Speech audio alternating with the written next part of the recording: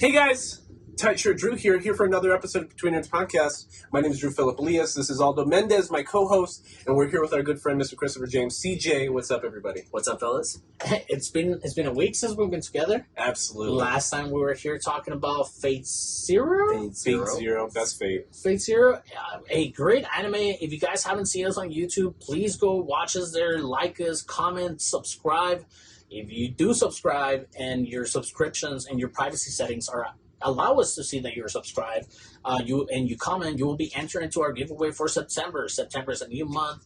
We're trying to send you guys some cool anime stuff for this month. Yeah, Whether exactly. you like Fate Zero or One Punch Man or anything that we've talked about here in this podcast. Exactly. We had no winners for the month of August because on YouTube, you need to be able to make sure that your subscriptions are made public so that we can verify you're a subscriber.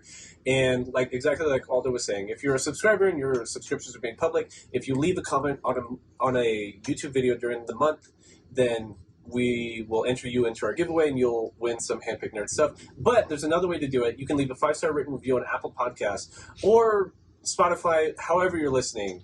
And I'm sure we'll get an email about it. I'm sure we'll get an email about it. And as long as you email us at betweennerdspodcast@gmail.com, letting us know that written review or whatever review is you, so that we can verify, because we're just going to see some random Spotify handle. Correct. So, and also use our email to tell us your concerns and comments or feels or your suggestions about new anime or the recent episodes that we've seen. We have tons of content on YouTube now.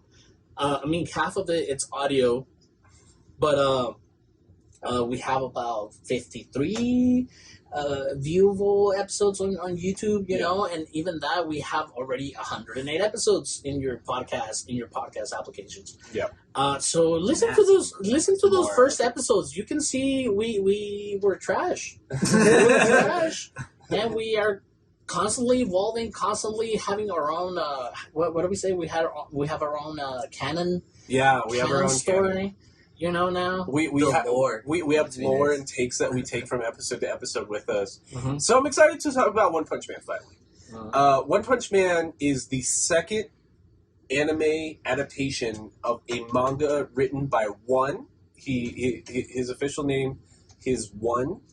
The first one we saw was Mob Psycho 100. We only watched season 1. We haven't seen season 2 yet. But his real name is Tomohiro, and he's probably one of the most successful mangakas in the past 10 years. And that's going against, Oda, of course, the Horikoshi of My Hero Academia fame. What's Attack on Titans? Him, whatever. I have Volume 1 set up there, too. It's something with an I. What's her name that wrote Demon Slayer? Like he's in that top 10 of the past 10-year conversation. Those are a tough ones One to is very influential, especially in the shonen sphere. Even when Mob Psycho 100 came out, you know what I'm saying? And even One Punch Man, nobody knew it was going to be such a hit. Nobody knew. It felt like one of those industry well-kept secrets, because anybody that was lightly involved with the project, I feel like you would have known. Yeah. Studio Madhouse, accomplished directors, you know what I mean? But we didn't know for real what we were going to niche get. enough. In the One Punch Man manga, that is it's I almost said publicated. It's publicized. It's publicized in Weekly Shonen Jump, the Weekly Shonen Jump of Viz Media, and it's an adaptation of a webcomic. One was his internet handle. So that makes sense, because one probably would be a name. Yeah, well, I feel like a lot of things we've been watching recently have kind of gone that route. I'm thinking Mushoku Tensei was originally a web novel that turned into a light novel and then got a manga adaptation, and then it's redoing the light novel. Isn't that how most of it kind of go? Don't they start off as light novels and then they? I was just gonna say, even the web industry, the web originals industry, this is a sign of a growing industry, not just as well paid mangaka writers in Japan, but people that can just upload stuff into the web and seeing their work being acclaimed. No, I get it. Yeah. And I feel like it's a good step like towards the industry, because here, just in that example, we see something like it doesn't necessarily have to be filled with a budget to be a good thing, Yeah. And I feel like that's more of a topic for season 2, but Yeah.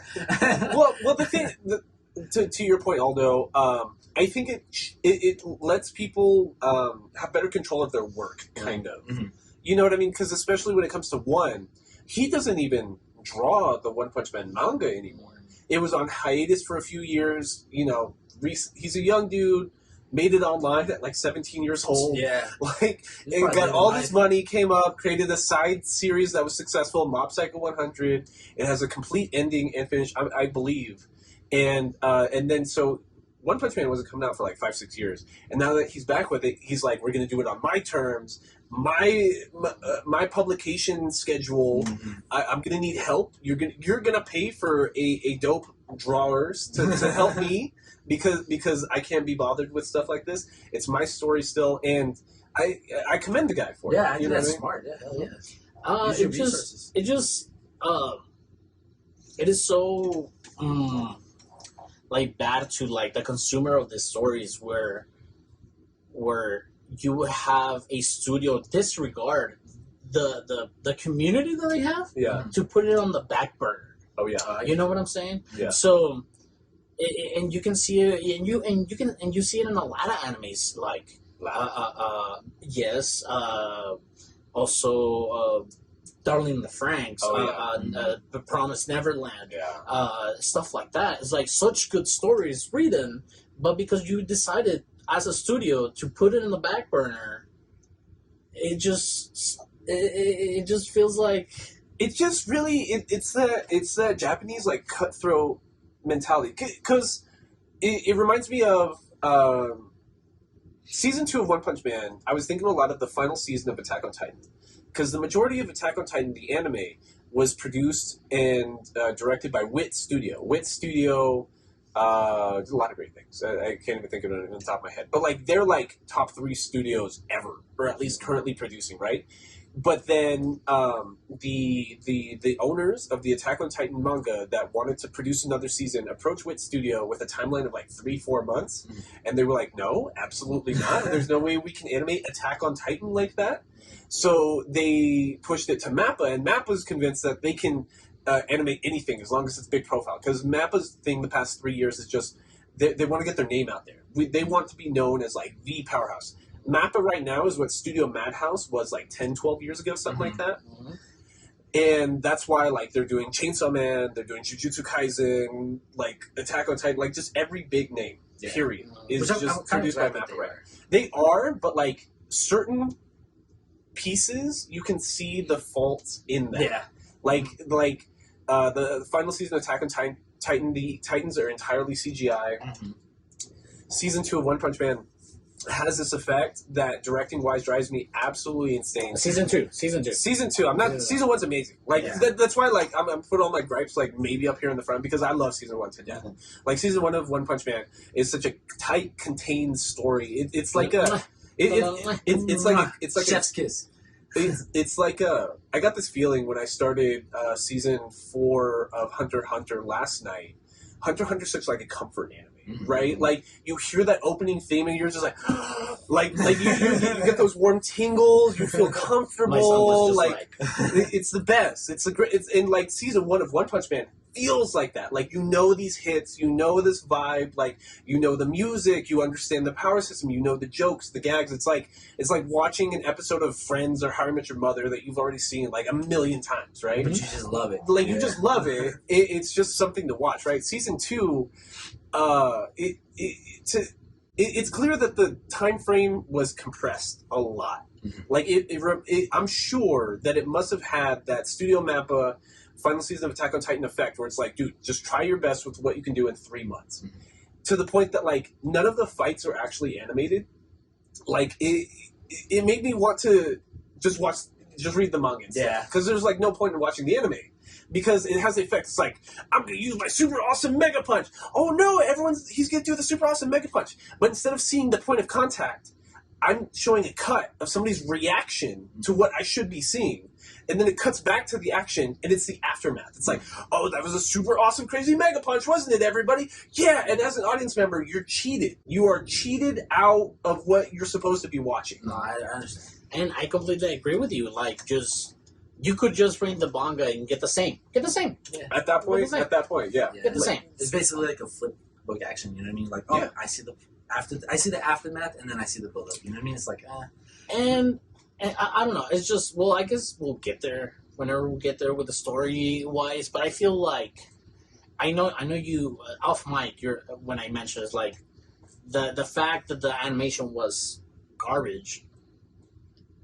The story still carried its point. It still got its point across. But for me, I feel like the point of One Punch Man is Is that that it has no point. it doesn't have a plot. But it is entertaining. It has story beats. That's what I'm saying. It's like a gaggy sitcom. It's just a bunch of like personal interactions and jokes. Like there's no actual plot. What's the plot to Seinfeld? I don't know. Like what's the plot to Seinfeld? Like it doesn't exist. But the journey along the way. But there is no journey along the way. So like Aldo had this point early in the week, right, where he felt refreshed starting season 1 of One Punch Man. Because he would rather be watching season 1 of One Punch other than like My Hero Academia, because My Hero Academia is about like whiny kids and like just weird shonen animeisms. You know what I mean? Like in One Punch Man, the point of One Punch Man is to make fun of that. It's to make fun of that. But at least, like, don't get me wrong, I agree with that point completely. But the point of My Hero Academia is it's the hero's journey. Yes. It's a beginning and an end. Yeah. The thing about One Punch Man is it's just like he's just going for groceries every day and just stumbles into monsters, and there's no plot there. Which is fine in season 1 because I'm getting stupid, like the best like animation put on screen. Like it is it's season 1 is It's Mappa, no? no, it's not Mappa. I said it was somebody else. It's Madhouse. Madhouse, I'm sorry. Right, because I said I was relating Mappa to Studio Madhouse earlier, right? So like Studio Madhouse is one of the biggest studios and most successful studios ever, like ever. Yeah. And they had a bunch of young animated talent at the time that started going to Studio Mappa and places like that. Like a lot of Studio Trigger. Right. So it's a lot of these big Sakuga style animations. Like the thing about Mob Psycho 100 is that it has a lot of colors. It's about psychics. It's about espers fighting, right? So there's a lot of geometric shapes and a lot of the CGI is amazing because of the color schemes, like the way things flow, and it's very abrupt and strong, and you feel the forces in it. All in season 1's like amazing at that. Like it'll give you a 30-second fight with what must have been the entire budget for season 2. I get you. Well, from what I was reading, it wasn't even a budget issue. It's a time frame thing. It's a time frame thing Yeah. because they had even more budget. We like JC Staff. Like JC Staff is not JC Staff. That's a studio that made the second season. right. But like we watched. Oh God, I just had it. We watched. You got it. Oh, I already forgot. Toradora. We like Toradora. We like Food Wars. We like Food Wars. There you go. We like in Data Live and like other things, like things that aren't known for their animation, but like have good character qualities, good story beats. Like even the directing in season 2 of One Punch Man gives me a migraine because, oh my God, it's just there's just so even the storyboarding is very wonky. Like it's like I think the reason why you feel that is because you can pick up at any episode and not miss a thing. oh no, absolutely, absolutely. yeah. Yeah, Like, it's you can- exactly like watching like Friends or something. Yeah, right? you can pick up in episode 5, episode 6 of One Punch Man, and you're like, oh, this is that One Punch dude that just got an apprentice, Yeah. and that's it, and that's the entire thing. Because the first 5 episodes they lead you into having a complex story, but it just finishes. It finishes abruptly all the time. It's almost Like the next bad guy finishes abruptly, and it's not even a like week to week monster or a week to week villain kind of thing. But the Joe being again with the One Punch Man allows for all this convoluted dialogue going around of, oh, Genos will be like, oh, I'm the best person and my master and this and that, and then it will have the villains like, oh, fuck you, we're better than you, blah blah blah. Yeah, we can curse now. we made it past 10 minutes. Okay. Say 15 minutes. It's like, no, I'm the villain, and it is weird to see the character One Punch Man being used across the map, so the story doesn't finish quickly enough. No, I get you. You know, because as soon as One Punch Man shows up, it's done. It's over. Yeah.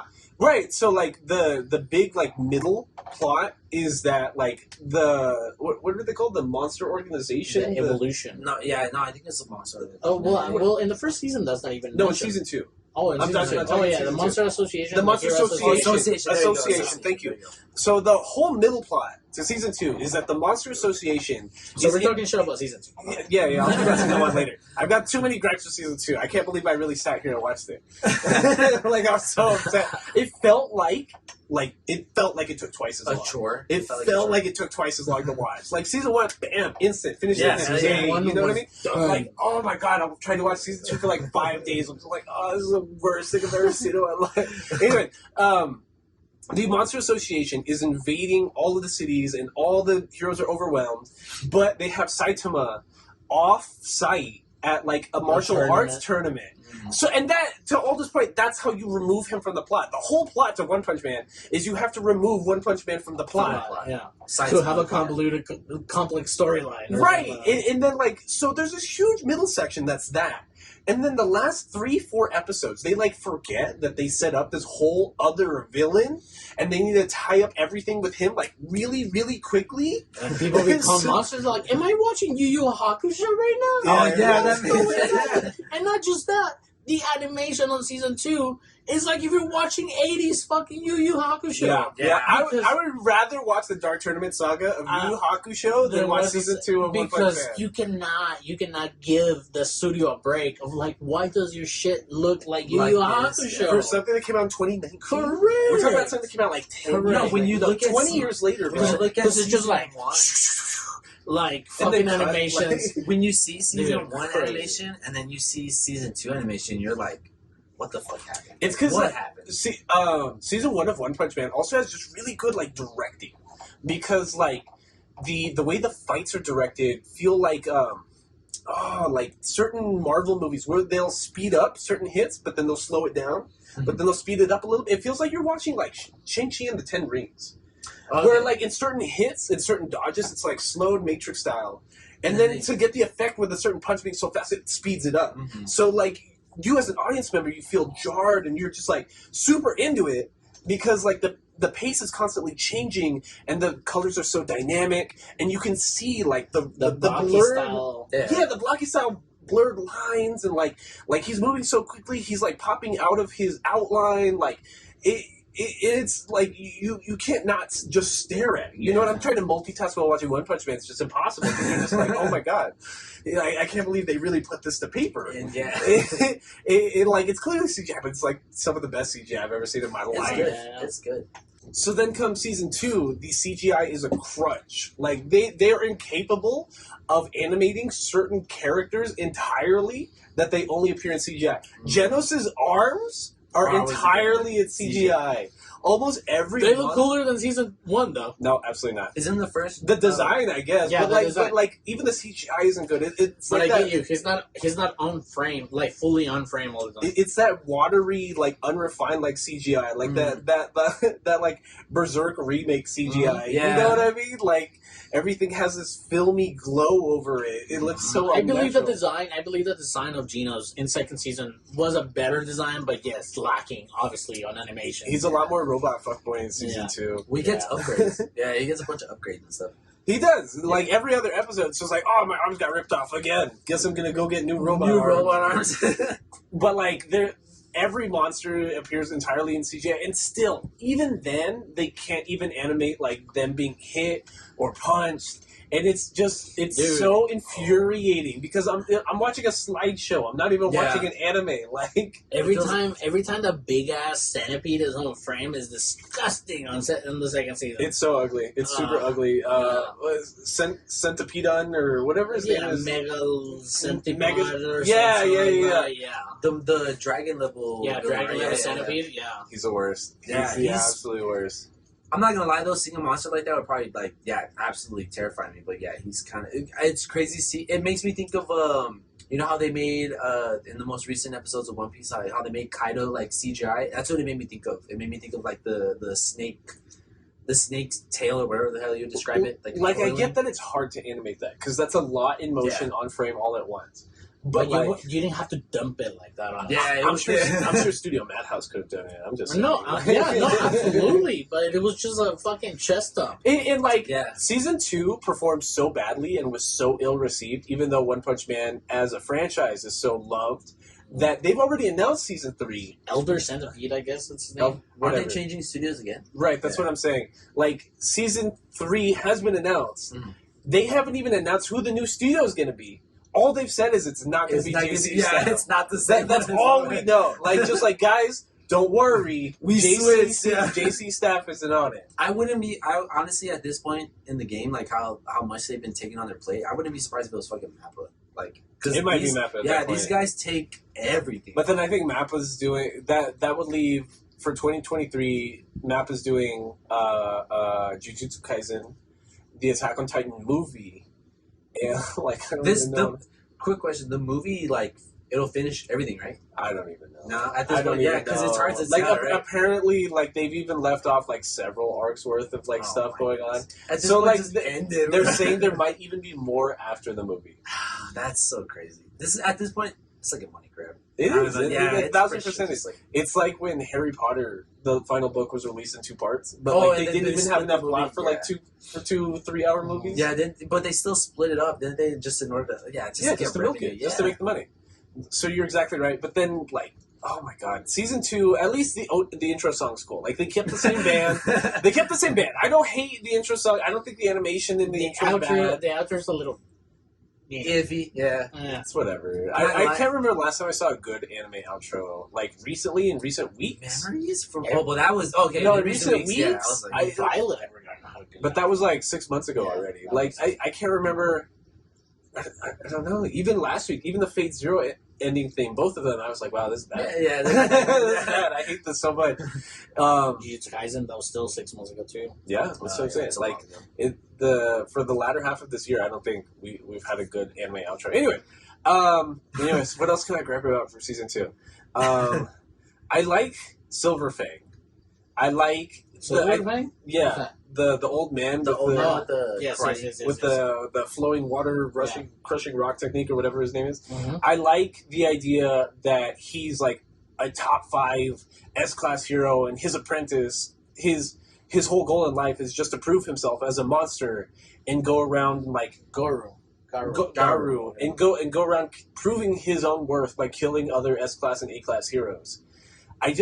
He's the plot point I'm talking about is super rushed at the end. and it's convoluted too. Super convoluted. They introduce him in like episode 2, and they're like, "Look, he's a hero hunter, and we're gonna have to deal with him, and he's gonna be Genos's big enemy." Mhm. But then, But like, because of the displacement of the One Punch Man, he doesn't become a menace. He doesn't become a threat like throughout like that later half of season 2. right. So then, like, episode like 20 starts, and all of a sudden the director's like, "Oh my god, we forgot to finish like his plot line." So they pick it up, and just like the last 3-4 fights has nothing to do with Saitama, has nothing to do with Genos. It's just Garu and like having to deal with the ending of his plot. So like the dialogue is written in a way as if we've been following this guy for 12 episodes or something like that, and like we've actually been seeing growth and seeing things happen to him, and like he's always referencing old fights that we never actually saw animated because like the anime just tells us that these fights happened. So like Garu is beating everybody. He's beating Metal Bat from season 1. He's beating Puri Puri Princess. Everybody. He's handing that metal bat fight. It was cool. Well, yeah, it was dope. we'll talk about it when the metal bat fight with Garo. Oh yeah, that fight was I don't know. That one but was still, a bit they iffy. don't show the hits. Like again, like it'll be like. Well, it would be like. Well, to be fair, that last we'll get there when we get there. But the last hit that would have landed was stopped because of the little sister. But the main one that makes me mad is the Watchdog Man fight because we never got to see. Yeah, it. that's one I was. Garu loses to the number 12 S-Class hero Watchdog Man, which is just a dude in a dog costume, which is it's a gag anime. It's not even a shonen. It's just all gag all the time. It's a literal dude with a stupid face in a fucking dog costume. But he fights on all fours, and Garu's just like, oh my god, I can't beat him with my flowing water river technique that Silverfang taught me. And that fight was supposed to be so memorable that he even learned the style from Watchdog Man. Yeah, so he learned how to fight like Watchdog Man on all fours. He's just like, I learned this from the Watchdog Man fight that you as an audience saw, and that was super captivating, and that I lost, and like we just never saw it. We just never saw it. I think him mimicking that move was kind of a play on what's that guy from Naruto? Kakashi. I feel like how he was able to mimic. I feel like that was like a little gag gift on that, like a little gag on that, because he was able to just from witnessing it, he was like, oh, I'm able to copy that. I hate the character of King. Hate King. I love King. I love King. King's funny as fuck. Well, he's a funny ass character. Going back to Goru, again, like Drew was saying, like at the beginning of season 2, he's supposed to be the guy. And he's the guy, and they emphasize that he's the guy because he's beating up everybody. Not only that, they give him like some sub trade of like taskmaster kind of thing where he can learn your technique. Which when we see that he does use the guard dog man technique, we're like, oh, Watchdog Man. We're like, what? Like he can do that? Then he uses it, but like by the time we get to that point, he gets taken off by a fucking bird, and that's where season 2 ends. And we're like, what the fuck? Yeah. What I also love about One's writing is like, again, we're in a post modern shonen writing landscape. So like, if anything, it's cool to rip off other shonens at this point. Yeah. We get a Boa Hancock writing character in Blizzard. What's her name? Rank B, Class 1? Fubuki. Thank you. Demon Tornado's sister or whatever her name is. Tatsumaki. I only know that because of Zora. That's the only reason I know that because of Zora. Is his fucking Tatsumaki movie. I only know because of her. What I mean about her being a Boa Hancock stand-in is like Boa Hancock is a character in One Piece where she's the most beautiful, most gorgeous, and also one of the most powerful like pirates on the sea. She's a warlord of the sea, like Crocodile, like so that kind of like power tier level, and she's just like madly in love with Luffy, but he's so stupid that he doesn't even realize it. And we get that same dynamic here with Fubuki, where like Fubuki tries to bully Saitama because again, from season 1, nobody believes that Saitama has actually done, like he's either cheated or he's relied on other S-Class heroes, and like there's no way that this guy's actually like a one-punch kind of hero, right? So she tries bullying him. He hands like her ass kind of and like beats up her other guys while what's his name, Sonic is fighting Genos, and Sonic is fighting Genos in the background, and then Genos is like about to die, and then One Punch Man just kind of like just scares the shit out of Sonic. And she's like, how did you beat that S-Class level villain, blah blah blah blah, and then she just kind of like has a crush on him the rest of the season, and then they never pick that back up. She's just kind of there after like episode 3. Is that considered a tsundere since she was kind of like, I hate you at first? She doesn't have enough character development. She tries to intimidate him, doesn't she? At first, she's like, I'm rank B and you're rank. We had a guest earlier in the year, Jacob Banuelos, who at the tail end of that episode tried to explain to us the different categorizations of tsunderes. Apparently, he named off like 5 just off the top of his head, and it was going off over my head. I was like, oh. But like, yes, I'm sure there's some kind of tsundere, but it's not a traditional tsundere. It's not what's her face from NGE. Yeah. It's I'm sure like to your point. Yeah, it's like a little hint at. Yeah, it's like a converted tsundere. I don't fucking know. Well, it's a gag on like a lot of shit. That's what I always thought. Especially if it's a gag anime.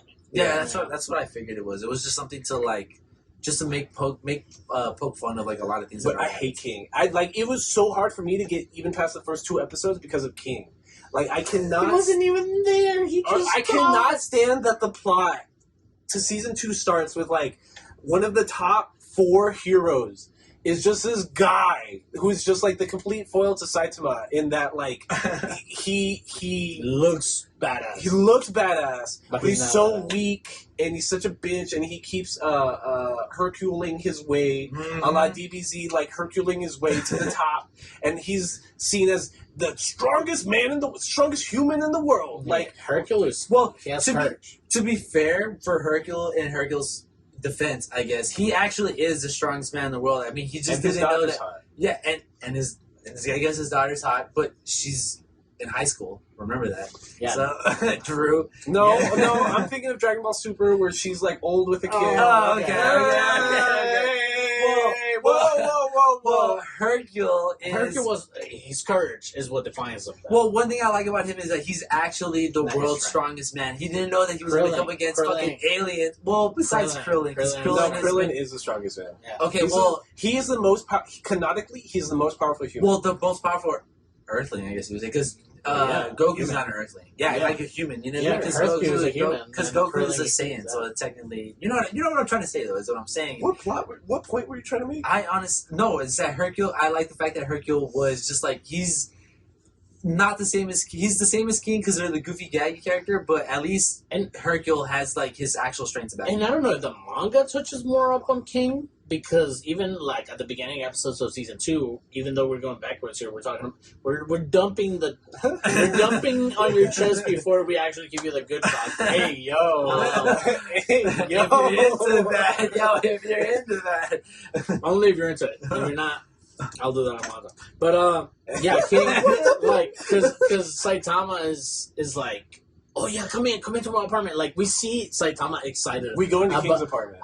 Into King's apartment, but like we see Saitama being excited about like, hey dude, how you doing? Like You're super he's- strong, huh? like, How do you he's- deal with being like, super strong? yeah, like how are you in this Except, last but year? we never get it through the animation and through the storytelling of the animated season of season 2 of One Punch Man. We don't see that that context behind why Saitama is excited. I like his character near the end, just not in the beginning, like at all. Because like because Saitama is so like it's so meta. Mhm. Like the idea of One Punch Man is very meta. It's a meta discussion on what it means to be a modern shonen and modern manga. Mm. Like it's poking fun of everything that came before it. It's a Rick and Morty of anime. Yeah, exactly. Kind of. So it's super meta, and King has a conversation with Saitama near the end, where if it was better directed, you could say that the overarching character growth with Saitama, which he got no character growth in season 1. He actually does get growth in season 2, but we kind of don't see it because of the shitty directing. Right. Is that he becomes insecure and like let down. He's kind of depressed about his own power. Where it's just like, dude, like every fight ends in an instant. I don't Almost- know who's strong and who's not strong. Almost psychotic, like almost like to the point that he feels like a little psychopathy at the end because he doesn't feel anything. Yeah. The psychopathy of he can't feel emotion anymore. Yeah. Like the weight of human lives doesn't mean anything. It's like, dude, there's a monster every week. I don't even know. I don't Yeah. care. But like King has a conversation with him just while they're talking about video games and stuff, and he's just like, then you need to stop putting weight and personal value in you being strong. You need to start comparing your work to those other heroes, the people that are ranked higher than you that are saving lives. Because right now you're just kind of like hoping for the next biggest, baddest fight that you can prove yourself in. But then, like in season 1, there's Fallout where he destroys a meteor, but it destroys the whole city. Like you need to start worrying about What the you do for efficiency of you being a hero. Like you can be number 1. Like, dude, you're my friend now. Like I'm ranked 4 in this shit, and I'm a fucking weakling. Right? I respect you. Genos is ranked 11th, and he calls you master. Like we've got you, bro. Like we even Tornado's sister like respects his strength. yeah. His strength by the end of it. What you're not getting is that you're just acting like you don't care. Like this, the gag from season 1 is I'm a hero for fun. He tells him in a roundabout kind of way, in a nice way. You know what I mean? He's just like, you need to get over that. Like this isn't fun for people. People are dying. Like you need to start worrying about your actual work output as a hero. Like stop trying to prove yourself, and that's cool. Like I wish I'd have that throughout. Like you get that for like a second in episode 1, episode 2, nothing until episode 12 of season 2. Yeah. So like I guess. And then I nothing guess. again until episode. And it's funny because King learns that through a Oh, yeah. manga, I believe. Yeah, so He's like Nerds, even bro. Saitama is just like, when did you get so yeah, philosophical? and he was just like, oh, I read that in a manga. He was like, yeah, I read that sure, somewhere. sure. Which Yeah, is yeah. like, hey, there's life wisdom. But that's even in also mangas. really meta, like Deadpoolish kind of meta, because like if you were reading that in manga form, and you get that context. Yeah, and you get it's that kinda context, it's just explaining like, it.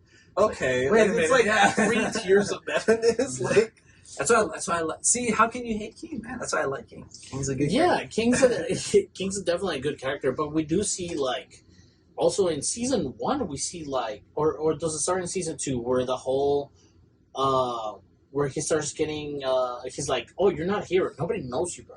Does that happen in season 1 or in season 2? I think For, it's I think that's season Season 2, 2, yeah. because at the beginning of season 2, like you said, it stars and drag races its way into like character development with Saitama. What also turned me off immediately, the very first villain you see in episode 1 of season 2 is entirely CGI, and it's super gummy and just like a non-refined.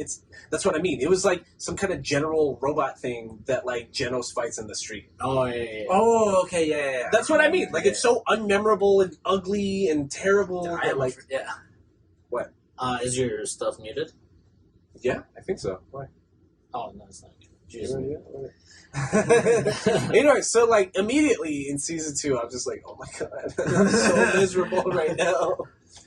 Do we have anything else to say about season 2? Hold on, I'm still talking about the animation. Okay, Hold on. keep going. So then, season 3 of Mob Psycho 100 comes out in like a month, right? With the rest of the fall season of anime. So not only do we have Chainsaw Man, we have My Hero, we have God, I don't even know. But we- Taxi came out. the Odd Taxi movie's available on Crunchyroll, and but we get Mob Psycho 100 season 3. And what I was talking about Mob Psycho 100, the first 2 seasons, and like how I really like how CGI is used. The studio has come out and said that it's going to be entirely no CGI. It's all going to be 2D animation. And what I know about big Sakuga animation in Mob Psycho 100, that sounds almost impossible to me. That's like Akira level, like 2D animation and frame rates. You know what I mean? Like, I don't know how they're going to do that. But what's also insane about the studio for Mob Psycho 100, that's the only time Mob Psycho 100, it's the only stories I've ever seen about animation studios and their employees speaking genuinely about their working conditions. I've never in my life seen that about anime production. Mm-hmm. Like, they have been keeping the same staff for all 3 seasons. And they are looking forward to working on season 3, even though they know it's going to be a lot of work. Japanese people don't do that. Like, but like we know, like the entirety of the anime studios, like the Marvel Cinematic Universe, about it, like just abusing animators. Mm-hmm. So I have very, very high hopes for Mob Psycho 100 season 3, and I feel like I'm more excited for season 3 after watching season 2 of One Punch Man because it's so bad. Because like I do like One's writing. Like I love the stupid faces he draws in. Like I'm thinking Mob running in season 1, like just like dying, like this super. But like yeah, because even Mob being still gaggy, but he has its own shonen-y style to it. Like, and it still has a beginning and an end. correct. Yeah, where One Punch Man is just off the shits, like Mm. gaggy shit every here and there. But also, One Punch Man season 3 is coming out like next year, right? Oh yeah, that's what I was saying. But like that's what I was saying. We don't know who the studio is going to be. Yeah, who knows? Yeah, hopefully they bring in new hands or the same hands into it. No, not the same. Not the same No, hands. we don't want that. From We You think definitely they'll want like new give that hands. studio Yeah. Madhouse? Is that what you're saying? Yeah, we definitely want new hands in on this project. And like to go back to season 1 a little bit, the director for season 1 of One Punch Man is some guy named Shingo Natsume. Yeah, Space Dandy. Yeah, so he directed the entirety of Space Have you Dandy. seen Space Dandy? I have not seen Yeah, Space. Space Dandy is is great. It's great. Yeah, Like, It's great. It's such a It's gem. it's kind of like One Punch Man. Like it doesn't have a plot, really. But it's like a Futurama. It's more like we're here for the journey, not the. It's just like having dumb fun with your friends in space. That's dope. But like it's Is it like it's, Hitchhiker's Guide to the Galaxy? yes, but like it's supremely animated well, and like they give every episode like its own like director. Yeah, like there's like horror episodes. Oh damn. There's like weird fantasy episodes. And the art style changes in every episode. That's pretty dope, actually. It's amazing. Is it those Space Dandies? Space Dandy. Definitely. I'm probably His watching name is it. Dandy. Where His does he name like, is Dandy? where does he like to go to boobies? Yeah, he likes it. Like he goes to Space Hooters. So Hooters. That's Yeah, dope. That's but, but that's his motivation throughout the entire anime. I need to It's make like money space so that I can go to movies. boobies. That's bro. What other motivation do you need besides Exactly. boobies, bro? Shit. Great stuff. Anyway, I'm done shitting on season 2. That was all my gripes. For season two. And season two, like I said, besides the bad animation, I feel like because I did look through animal. I did look through anime panels and stuff, and the anime panels look good. I'll put some up here and compare them to like the anime.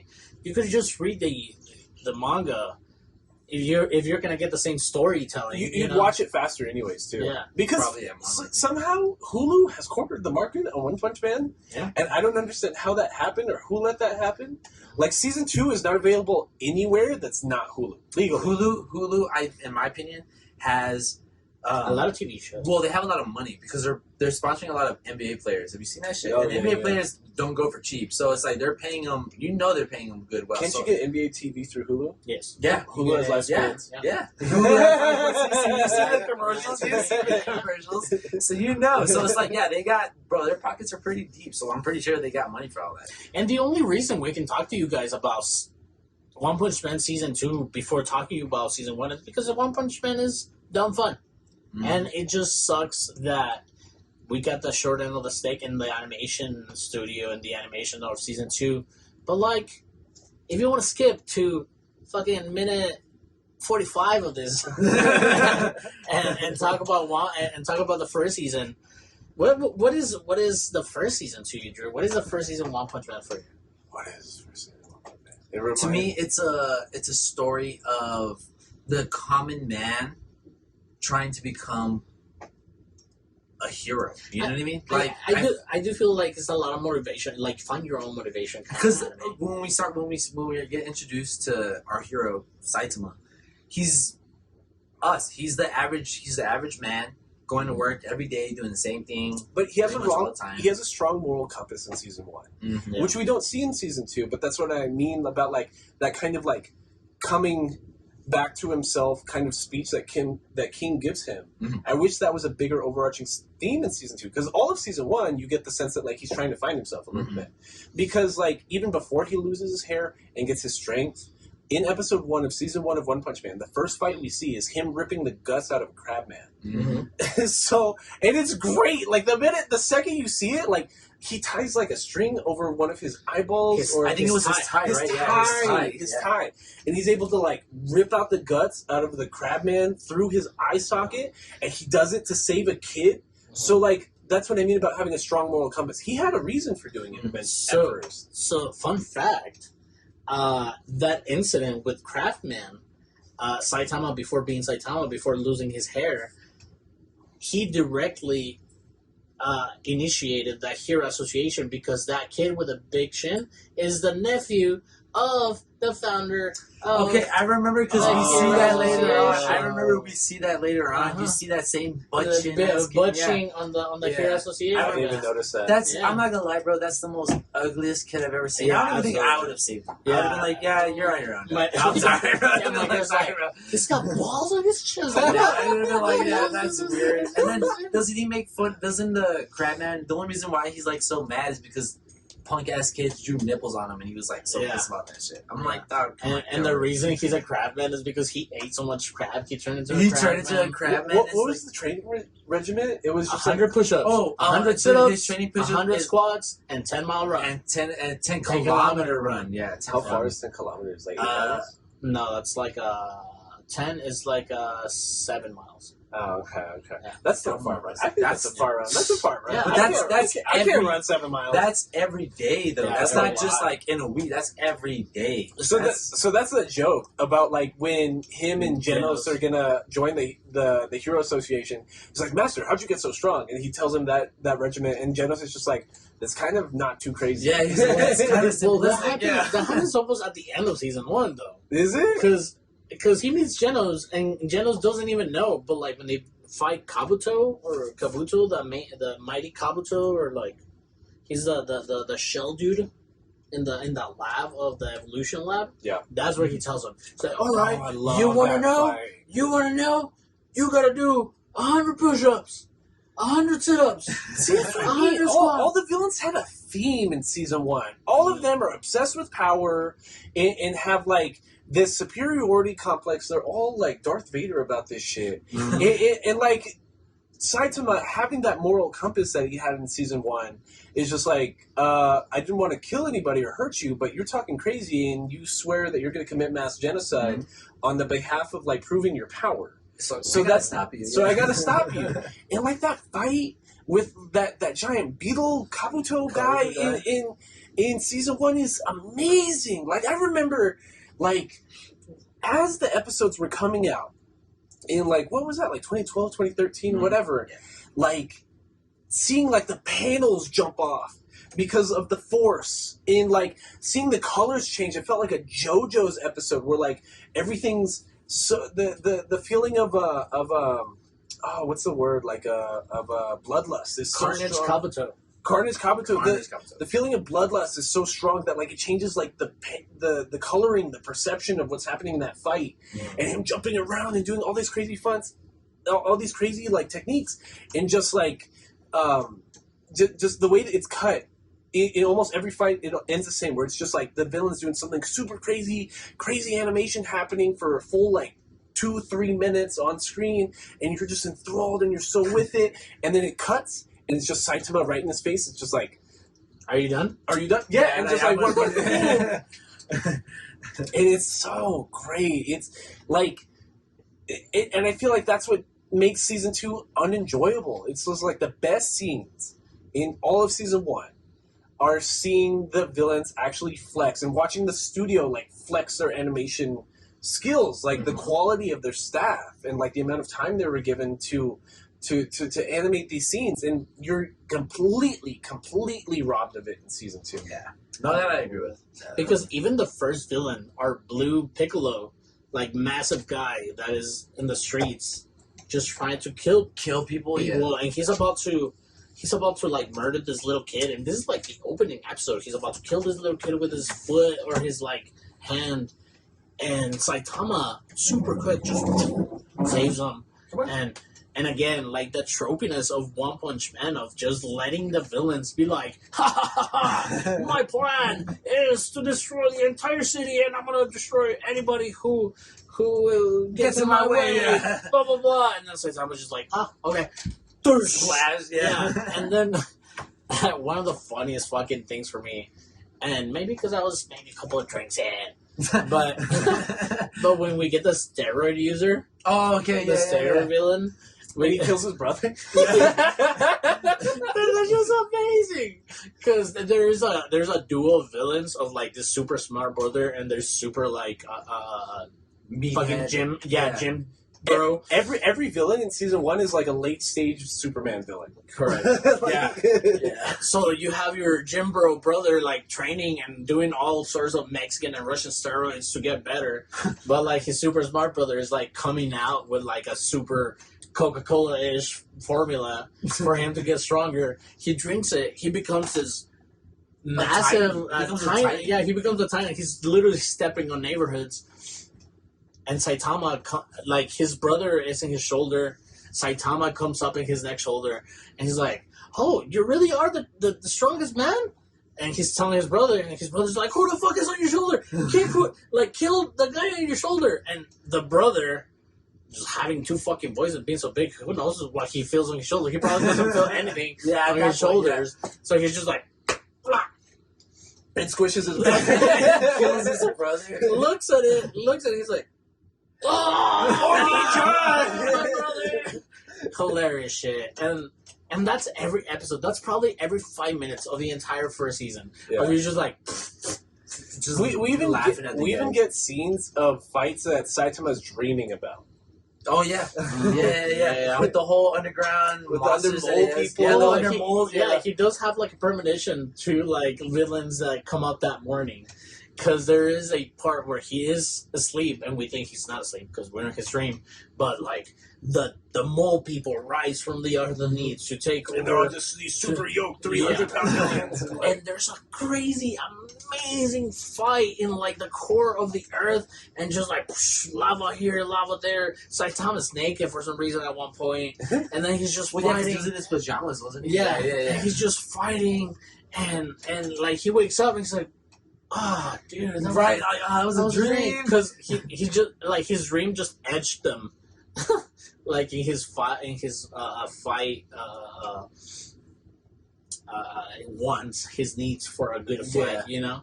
And when he wakes up to some noise and like outside his balcony. So he shows his head like over his balcony, and it's just like this mole people like surrender things, and it's just like a bunch of like Weaklings, yeah. weaklings. Yeah, and he just like beats them up. It's. The mosquito lady was pretty dope. I thought that was pretty cool. You know what's funny? That was the is- second episode, I believe. Yeah, it was when it's the this- first episode. Oh, for the mosquito lady. Oh no, it's episode 2. It's episode 2. Yeah, Mosquito Lady comes out in episode because what I think is funny is that Genos is fighting the Mosquito. actual mosquito like Mhm. queen, Yeah. and then Saitama is just trying to water his plants. And the whole time he's like, there's this tiny little mosquito that's flying around, and he's trying to fucking slap and kill the fuck out of it. But man, like again, like in contrast to the piece of shit of the directional way that season 2 went. Season 1 is directed amazing because it starts off like a la DC comic style with like a news broadcast of there's been sightings of mosquitoes, a really big swarm of mosquitoes, and they've Be been on the killing lookout, people, so be on the lookout, stay home, don't go, blah, blah, blah. I found it. Like one of the really big reasons that like people claim that season 2 is a lot worse is because they lost the chief animation director, whose name is Chikasa Kubato. Kubota. And he animated a Pokemon movie, One Punch Man, SSSS Gridman, Dragon Ball Super Broly, Oh, that was Space, Oh my God. Space Dandy. Just like a bunch of crazy things. One of the Naruto Wait a movies, minute. The Girl Who Leapt Through Time, Full Metal Alchemist, Dot Hack Sign. Like they lost this guy. Like all we're talking about in season 1, it's that like it's 10 out of 10 animation, like 11 out of 10. Like If they would have, I can't even think off the top of my head something that might be better. That's not a movie animation wise than season 1 of One Punch Man. if season 2 would have had Dragon Ball Super Broly style animation, bro, I probably would have jizzed every episode. That would have been insane. Jesus Christ. You I'm not even gonna make the joke. I'm not even gonna make the joke. God, what was it? But yeah, like there was so much talent in season 1, like it's like offensive to the fan base that they tried to like cut corners. And you know what's Yeah. crazy? The most of the gripe started out of the trailer of season 2. Wow. Like just the trailer. Everybody was like, "What the They were able fuck? to, yeah, people were able to tell. like- Nerds will be nerds, man. You're They're giving gonna me be able your best in this trailer right now? Damn, that's crazy." And again, like the mosquito thing. We have Saitama going out and watering his plant, and he has this mosquito, and we see It's like why I'm not gonna watch the Black Adam movie. yeah. yeah, that's legitimately why I don't want to watch that movie. And we see Saitama like being mundane, but being also Saitama, just like It's slamming crazy the how shit out of fast the he's mosquito. like Yeah. trying to kill that. And thing. it's funny because at the same time, Genos is fighting the actual swarm of mosquitoes, and he's going all out. Giant fire blasts and like giant I like the way blasts. he like it's like Iron Man, but like if Iron Man wasn't the one actually designing the suit, so he's like I haven't tried out this technique yet, and like all these guns and big ass blasts like start like popping out of his arms, and like and like some of the animations and like the techniques that you see in season 2 from Genos are cool because like the blasts get bigger and stronger, and he gets like swords coming out of his arm. But just what you see in season 1, like just killing this giant mosquito queen, who's again just like a trap in and of herself. Like, Yeah. the character designs like it's like a joke that she's hot because she's a monster. The character because the manga one knows who who his fan bases are. Oh yeah, absolutely. So he's just like, yeah, my nerds are what is nerds that? are What am I nerds. looking at? So I like Geno's because it reminds me of Jack From Metal Gear Rising. From Metal Gear Rising. Mhm. You know what I'm saying? It's pretty much the same dude right here Yeah, that we're seeing, but that's a Just- good game if you've never played it. I've never played any Metal Gear really. Metal Gear. What? Metal Gear is amazing. Yeah, Metal Gear is awesome. Oh my god. But just Geno's being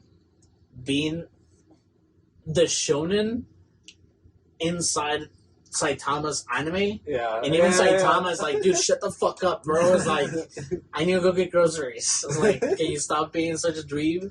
like the actual like he would be the main character in a JRPG. You know what I mean? Like he is B2 from Nier Automata. He like that's Genos. Saitama, like again, the gag is that like the second Saitama hits the scene, like it's over. It's the done, fight's yeah. over. Yeah. So that's why, like in a lot of these fights, especially with Genos, because he's the only one that actually understands how strong Saitama is. It's just like, how long can I hold them off until Master gets here? Yeah. Or like, where's Master? How do I contact Master? Like Well- that's always like the Well, in this fight, Like, what would Master want me to do? Or well, I think in this fight, I believe Genos is about to like blast the mosquito with like this enormous blast until Saitama kind of basically comes in and just like, wait, hold on, chill, and he just like slaps the shit out of the mosquito queen, which is makes sense because I mean that's what you do to most mosquitoes, you slap he's the like shit not out of even them. dressed, just like Yeah, he's pop. just he just backhands yeah, it too. It's yeah, just and like he just like real quick I think explodes he- the shit out of everything. well, Geno saves Saitama from the swarm because he's again a regular human. So the swarm ate the clothes or got through his when clothes. that's why he was naked, Yeah. right? Yeah. So he saves Saitama out of the way by doing a fucking fire blast. And Saitama was like, "Oh shit, this bitch Let me just see. got Yeah, me. she's about to this bitch just got me just naked." smack her out of the way. But something that we don't even get on season 2 is the monster transformations, dude. The monster transformations are crazy because Lady Mosquito is looking fine being a mosquito too, and then she turns into he like. said it. He said it. What we're all thinking. He said it. What we're all thinking. Sorry, we're thinking the mosquito lady's nice, but like she turns into like a demon, like Mhm. fucking mosquito Like lady. red. Yeah, and it looks Horns. fucking crazy. And then you just have Saitama like, I think the line is Just- like, ew, a bug. Yeah, he just like just smacks her out of existence. That's like Explodes the- this mosquito. again, what like one of those like reflex Saitama shots is the only scene I like in season 2 of One Punch Man, Mhm. where Oh, yeah. where Garu is like about to attack King, and Saitama's walking with him down the street, and like Garu's just like, oh, it's King, the number 4 ranked S class hero, I'm gonna attack him, and Saitama just like reflex kick and just like knocks him through 3 buildings. Right, just kicks him out of the frame. it's too he bad that we. He Looney Tunes him because have you ever seen the Looney Tunes Yeah. shape through the body to the Yeah. wall? And that's literally what he And does. he That's says just something like, "It's bad enough that we have to fight monsters. Now we have to fight hoodlums." right, like random ass people. And like through the whole joke about this that we've been following Goro being like a super like hero hunter. Yeah. He's like, fuck, now we have to fight like gangsters on the fucking street. He's also like, and on top of that, we got to worry about this hero hunter guy. Who knows where he's gonna I come want to from? meet him. He's like, he might be strong enough to fight. Crazy. He just like Looney Tunes him through the wall. Stupidest anime in the world. Oh my god. Another good episode was the not the challenge, but I guess like a good duel. The Genos asked Saitama as his master. He's like, "Yo, bro, like I need to fight you right now." I need to test my skills Yeah. against you. Oh, Master. yeah. But he's being respectful, calls him master Yeah. still, and like they go out in the middle of nowhere so that they don't hurt anybody. Well, doesn't he challenge him because I believe Saitama and Genos because Saitama's kind of like on a downer. And he's kind of just like, man, I don't know what to do. And then Genos is like, why don't you join the Heroes Association? We can try out, and we will. You be a hero. That's one of the jokes too, because Saitama like was like he's like Hero Association. He's like, I just be fighting the biggest baddest motherfuckers, and like and then Genos I'm tells a him, hero for fun. Yeah, he's like, I just do this. and shit then for fun. Genos tells him, is like, look, listen, because you are fighting the big baddest guys, like nobody's seeing you, nobody's recognizing you. You need to get recognition. He's like, what? It's like, what? And then he starts getting intrigued in the whole association. and that's when they go through the whole. That's when we see Saitama go through that whole. What do you call it? Like the montage of the skill test. Yeah, the skill test strength where you like yeah. head first through the fucking ceiling of the stadium. The high jump. the high jump, and he does Well, the to side by to side. Aldo's original point, I think the fight their sparring fight is amazing. Oh, It's amazing. Like Genos is basically blasting heat so hot that he's creating what's the fourth state of matter? Plasma. Plasma. He's like making plasma out of like pieces of rock and stuff like that, and he's just like putting whole blasts in things, and like Saitama is having fun, so he doesn't want the fight to end, so that's why he doesn't throw a punch, because he's the one punch man. The second he throws one punch, it's over. So he's just dodging and like running, and like it's like the last Sasuke and Naruto fight where like they're running on, like, they're not running on water, but they're moving so quickly you could assume that they're running on water, and like they're jumping up and down, and like Genos is flying and like doing like giant kicks from the sky, and like Saitama's still just fucking around, and he doesn't want to hurt Genos because like he's like his first friend kind of thing, so like he just kind of like does like he even names his moves. It's like average punch, Yeah, it's just like normal punch, but it stops right in front of Genos' face, and even the force is so great. Genos looks behind him and there's just nothing, and he's just like, I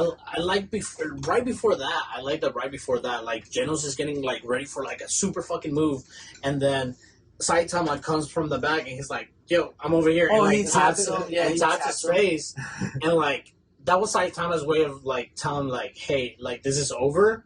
But then Genos kicks him or something, and then he prepares like this like super Iron Man-y super blasting. love that like shit. he's gonna do love that, like, and then he's gonna charge this fucking thing, and then he's like, "Yo, bro, I'm right." Like, and then Saitama again comes behind him, I like. and he's like, "I'm over here." He turns around, and then he does average punch.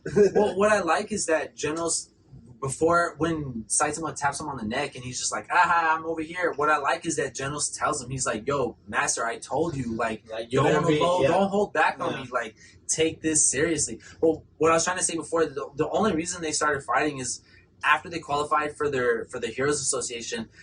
Genos gets ranked S class hero, and Saitama gets ranked B class hero. C class hero. Yeah, C class hero. And we know, like, no, this dude should be like on a tier of his own. Ranked like 200 and something. And then that's when Genos he's just like, wait a minute. He's like, if this guy's my master, how the hell is he ranked because that much below me? Even the Heroes Association like recognizes that he broke all of the physical records. Like they're just like, okay, punch this metal contraption and we'll test your power strength. And he breaks that shit. He just knocks it through a wall. I think at that point they were making fun of the DBZ. Remember when they were doing the tournament and they smashed? I think that was another gag. I agree. I remember that scene. And then they're like, jump as high as you can. He's like, okay, and just like knocks himself through the ceiling. But like, unlike in Dragon Ball Z, where Goku breaks a machine, and they're like, "Oh, he's super strong." Here in Saitama, it's actually like the machine must be broken. No, but it's actually like, dude, you broke the machine. We cannot measure your things, so you get a bad score. Yeah, you're a zero because you basically broke that shit. It's like, yeah, you jumped and broke the roof, but we cannot measure that.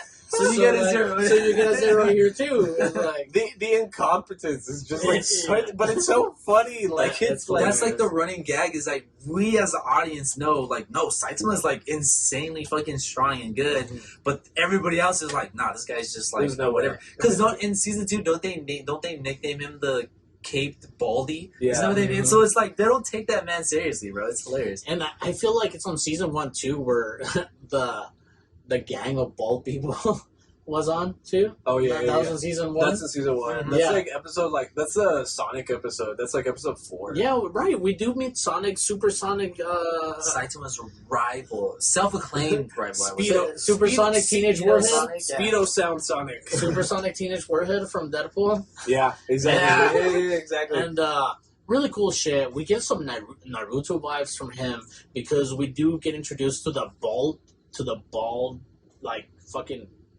motorcycle gang that we see, and they're trying. And this is where it gets funny because they're trying to do good. What are they trying to do? They're trying to give like a healthy workplace for people. Aren't they like a union? Yeah, they're like a union, pretty much, and they're trying. We want benefits and PTO, and they're trying to like go to their like Trump, and they have like Trump Tower, and it's like a big turd on top of the tower. It's hilarious because they're trying to do good, but Supersonic Teenage Warhead or like Speedo Sound Speedo Sonic. Sound Speedo Sound Sonic guy. He's hired by the Trump character, and he's hired to I thought Lex Luger. Lex Luger. Yes. Not Lex Luthor. Lex Luger. I'm thinking of the producer Lex Luger, but no, Lex Luthor. Yeah, like the I was like Lex Luger. So at the same time, Saitama is spreading the news. Oh, this ball gang is making trouble around the city. Blah blah blah. It's like he's like, what the fuck? They didn't steal my look, but they're gonna think I'm involved with them, Yeah. which is something that he doesn't want because he's a classy hero. Mhm. So we meet also the tank, the Tank top gang. Tank top, yeah. Tank Top Tiger. Tank Tank Top. Top Tiger and Tank Top Because Blondie isn't one and- his brother, and then the other guy's like the main actual S-Class hero? But then what we learned in season 2 is there's like a gang of Tank Tops because Yeah. there's an S-Class hero that's also named like Tank Top something. Because isn't there a Tank Top vegetarian or whatever the fuck it is? Yeah, some Yeah. weird ass name like that. Yeah. Oh, there's also this character that we hear about, Blast, who is the Class S hero #1, Yeah. and we don't never meet him We never And meet we him. never season meet 1 him. or season 2. Yeah, or season 2. because he's supposed to be best friends with King too. Yeah, apparently. Blast was never showed in season 2 Blast, or or one. ever. Or one. But there's, I mean, That I- Blast reveal better be crazy. yeah, I look forward to season 3 just because I want to pay out of like the tragedy that was season 2. Honestly, like I could totally imagine it being Mappa. Like, who's gonna do this Titan schedule? It's gonna be Mappa. Like they want somebody big named that has a production of good, like a track record of good content. With the episodes that have been coming out lately, what would you say if Toei took over? Toei would never, because Toei only takes works that like they can control like a Alright. lot. You know what I mean? They don't and- want input whatsoever. yeah. Like no input from the creator or like anybody else. We Like it's take all full Toei all the directive. time. Yeah. Which like it has always been like probably Toei's biggest fault, and even now with the quality of One Piece episodes, I think you're talking about is that Toei is still Toei. Like we Yeah. still only get every 10th episode that looks like it likes Bangers, yeah. like that's a banger. And like you guys haven't watched the newest Dragon Ball Super movie. It's not bad. I think it's pretty good, but it's just like watching a 3D Dragon Ball video game. Like it's like Okay. it's like watching a Budokai Budokai game. Tenkaichi, yeah. Yeah, Tenkaichi game. Yeah. It's like watching those. Like everything is entirely CGI. Every character model CGI. Every background CGI. There's no scrap of 2D animation in the entirety of the newest Dragon Ball Super movie. But like, I guess. Yeah, like yeah. I understand. But I don't know how Toei gets away with that. Is my thing because you're trying to tell me that one of the most profitable like manga and anime franchises of all time, Dragon Ball, is not producing enough money. Is not bringing in enough money To pay anime. that Toei Animation can actually afford to do non-CGI animation. It's 'cause at this point, like the fans is just they're gonna watch it. They're just like they're gonna watch it. That's Like, so what I was evil. about to That's say. so That's what evil. I you was can gonna say. dump on their faces and they're still gonna watch it. I feel like at this point What's it's with you like taking a shit on people today? 'Cause- He said that before. I'm sorry. Because One Punch Man took a dump on me, dog, and I appreciate it. It it's wasn't like I've been consensual. mad about it ever since. It wasn't consensual. Aldo feels shit on. Yeah. That's funny actually. Now I'm shitting back on it. There you go. That's how you're supposed to do it. Anyways, what are we talking about? So then, One Punch Man One Punch Man. is the thing. One Thumb Man. What? So the last thing I believe that happened was Genos The Just fight ev- with Jenna. fully witnessed Saitama's like actual power. He's like, okay, no, this guy's a real deal. Because remember, he created a fucking valley of a space That was just amazing. from a punch that didn't make contact, Right. just from the air from his fist. And it's like, yo, this guy's a fucking freaking agent. Right. And we do get two more high profile fights after like they get introduced into the hero organization or whatever. One of them is the well, I guess three kind of. There's the asteroid I talked about earlier, where Saitama like breaks it, and like the other S-class heroes either get credit, or if Saitama were to get credit, it's like, why didn't you do a better job and not destroy the city? But then we get like one of my like probably my favorite fight, one of my favorite anime like fights ever is with the Deep Sea King, is I think his name. Mm-hmm. And we get introduced to a bunch of heroes that get their ass kicked by the Deep Sea King. It's just this. It's like a JoJo character almost, like somebody big. It's like the Abomination. It's like the Abomination, but more like More effeminate. No, like a more like Saturday drag showy. He's got like JoJo. He's got almost like makeup on. You know what I mean? He's got almost like drag show makeup on. Yeah. Like, but he's got the lipstick and the blush going on, doesn't he? but then it's funny because they make him fight like one of the first S-class heroes we see. It's a prison. It's a prisoner that's broken out of like prison and In order like to fight the villains. in order to fight the villain. So he's endorsed by the hero organization, but he's a criminal. But like, there's also undertones of like rape with him. Yeah. Like he's very like he's openly gay. They call it putty princess. Putty, yeah.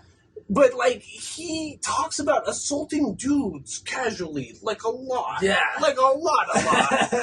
He's an S-class hero, so like he totally is strong enough and capable enough to That's be what I'm gonna say. assaulting them. It's crazy because he's capable of doing that. You know what I mean? So it's like there's nothing you can do about it.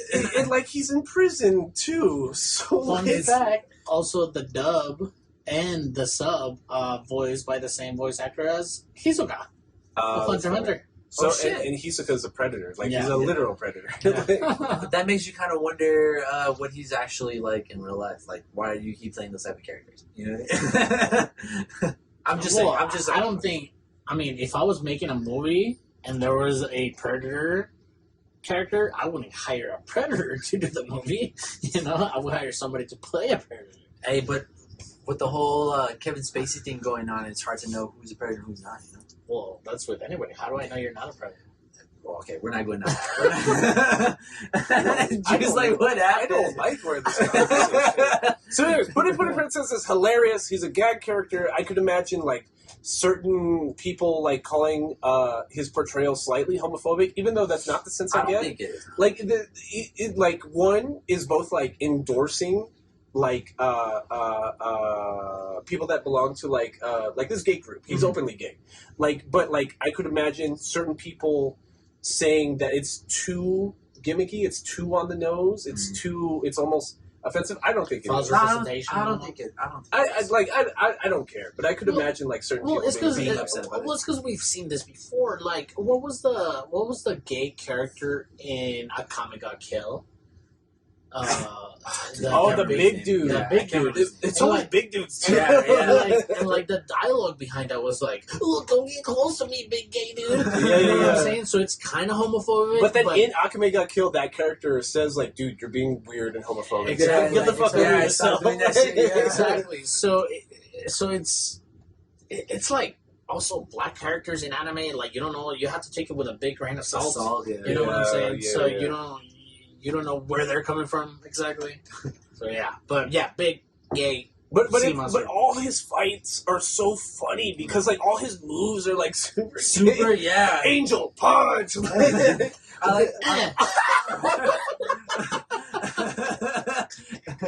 Just doing a simple gay punch. Stop it. But like he's also like ginormous, so it's just Yeah. like I'm not getting punched by that. Like, or like the only reason he even enters that fight against the Deep Sea King is the Deep Sea King beats like some B-class heroes. He's like, "How dare you hurt those beautiful boys? Like, now I gotta beat your ass!" Like, It's like they were beautiful and gorgeous. How dare you be? yeah, it's so funny. crazy. It like Supersonic is there too. It's Sonic. It like he's the stand-in for like the audience's reaction because like every time Putty Princess takes like his clothes off or does just like a bunch of just super sussy things, he's just like, why is he doing that? Why is he doing that? Is this just how he fights? What is going on right now? Maybe that's why he's in prison. And I think it was before this fight with the sea monster or the Deep Sea King. Deep Sea King.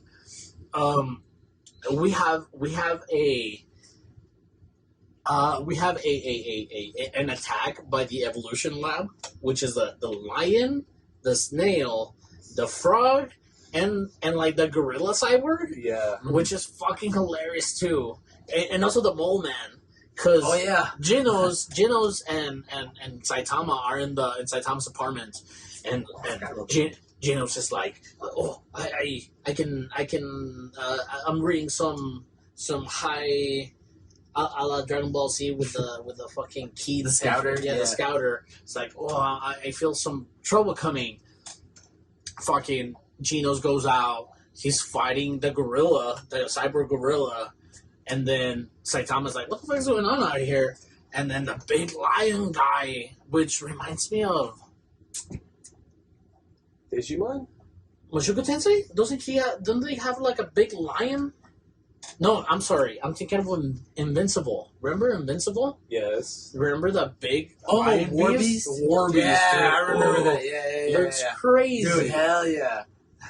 And it just, again, it feels so awesome to see this you already know what's gonna happen kind of gags of like coming from the anime. I mean, coming from the characters and the villains of just like, haha, you're not in my hands. I'm gonna poke your fucking face out. And then Saitama is like up to his neck with the ground because the mole person like pulled him out. But He's like, Saitama's just letting it happen. Letting it Correct. play He's out, bored. Yeah. Like he's just like He's like, let's see what happens. Yeah, he he's just like, lets villains like fuck with him just to Yeah. see how it goes. how it plays Exactly. out because I think in his eyes he's just like, you never know who's gonna be like the next badass thing. So he's like, I mean, I might as well give you a chance because everybody at this point could be taken out in one punch. So how is he gonna know anybody else different? You know? Yeah. And after that fight, that's when they go to the lab. Well, before that lab, we do. What? No, wait. Was it after? Oh, it was after. We go to the evolution lab and they destroy the fuck out of it. The bug.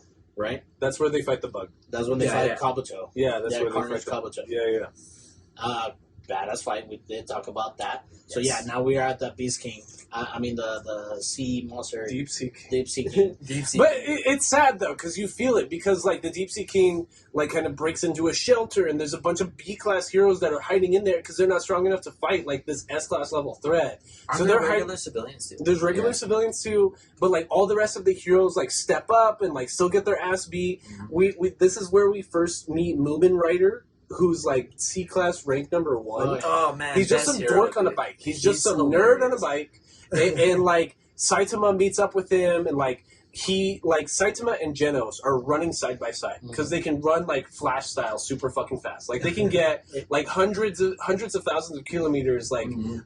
in like an instant. Like they move so quickly. It just feels like he's ranked up so high because he looks like the kind of hero that does all his paperwork. Yeah, exactly. Yeah. Like he's just a good guy. Like he's just a good guy. So he's Yeah. C rank number 1. Yeah. I think it's funny because I feel like Mugen is like Moomin. he's Moomin Rider. I feel like he's your average he's your average viewer. Like everybody's always like, yeah, if I just like put my heart into it and dedicate my motivation and have my morals in place, I can be a hero. But when he fights against the Deep Sea King, I mean, he just gets He ass gets whooped. You know what I mean? slapped Like, the fuck up. yeah, reality slaps him in the face hard. Bro. It's hilarious. Moomin in Moomin Rider means without a license. Is that why he's riding his bike all the time? Okay, so that makes sense. That makes sense.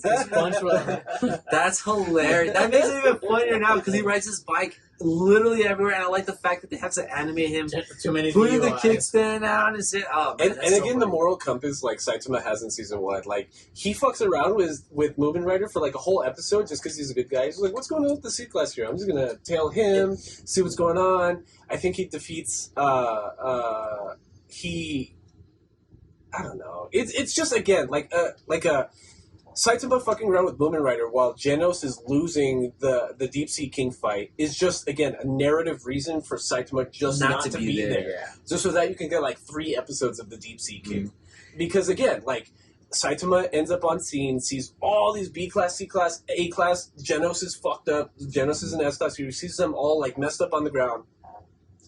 And like he sees Moomin Rider on the ground getting pounded by Deep Sea King, and he knows like Moomin Rider's just a regular dude. He walks in and just like kind of like tells him what's up, and the speech is cool because it's something to the effect of like, you don't respect us, you don't respect human life, which again, like Saitama loses that compass, that narrative influence in season 2. Like it's just not there at all. and just like again, One Punch is Deep Sea King, and a lot of people in the warehouse, in the people that were hiding. Mm-hmm. I believe it was like a recreational stadium or something like that. I think. Right, they start talking shit. Yeah. Like there's random people that are fans, air quotes fans, of heroes in the crowd, and they're just like, "There's no way he beat He beat him in one punch. Yeah, It's because all the other heroes wore him down. Mhm. Like in like it's the classic. Well, I loosened the jar for you, so you're able to open that shit. You know what I mean? Exactly. But like Saitama, again, being a good guy, he's got that moral compass in season 1. He doesn't want everyone else's sacrifice to be cheapened because people got fucked up. Like people are out close to death. Like and again, because seeing Moomin Rider having that pride and standing up, even though he's just a regular dude, he's a C-class hero, he can't fight like the Deep Sea King by any sense. He doesn't want their sacrifice to. He doesn't want them to be belittled. Almost, he doesn't want people to think less of them. Nope. So he says out loud, like, "Ha ha ha!" Like, good thing everyone else beat this guy down, and now I get all the credit. Right? He's like, no, it's me that steals the show because you guys made it so easy for me, which I think is very noble, actually. And we almost see the same thing, but a little bit worse because from the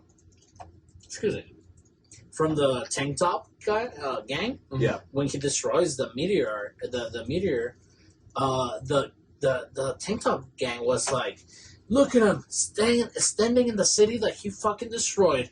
He doesn't have any shame. You're not a hero. You let all these people homeless. Blah blah blah. And they're kind of like, shame, shame, shame, shame. Freaking Game of Thrones style. And so they tried jumping Saitama because thinking that like the act of shaming him means that he won't defend himself. Yeah. And he's like, Which is and he's just like, excuse me. I think he knocks their teeth out. Like, Tank Top Tiger, he knocks him just square in the middle of in his teeth and just knocks him out.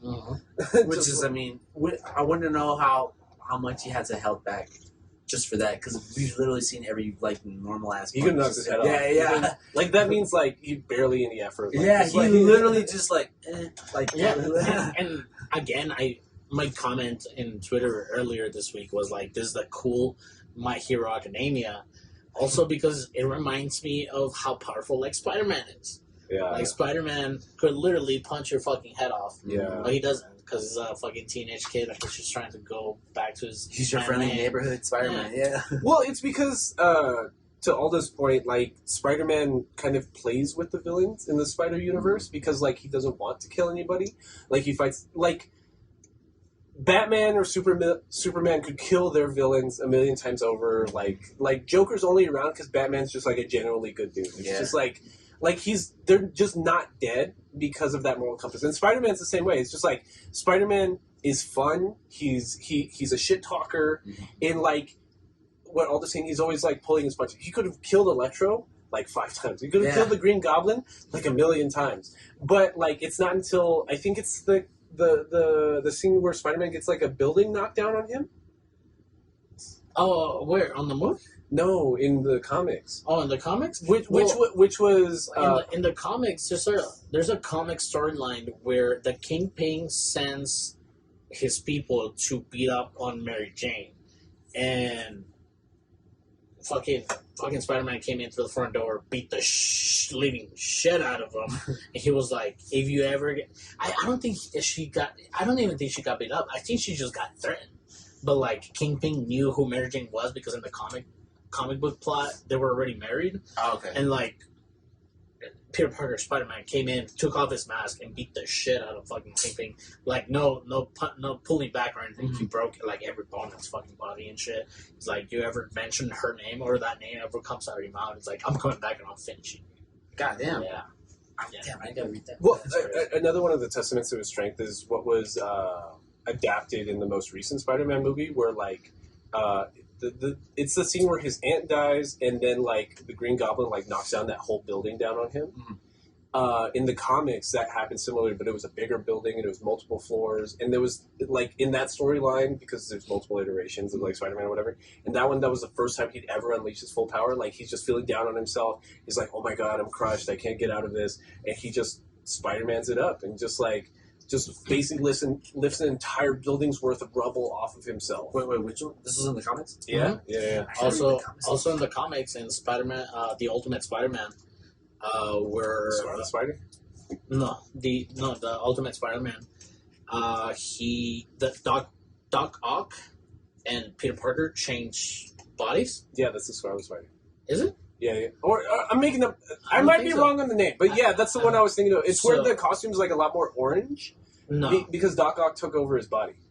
Oh, I don't know. But Doc Ock, being in Spider-Man's body, gets in a fight with Scorpion and like punches him and like knocks his head off. For Mortal Kombat?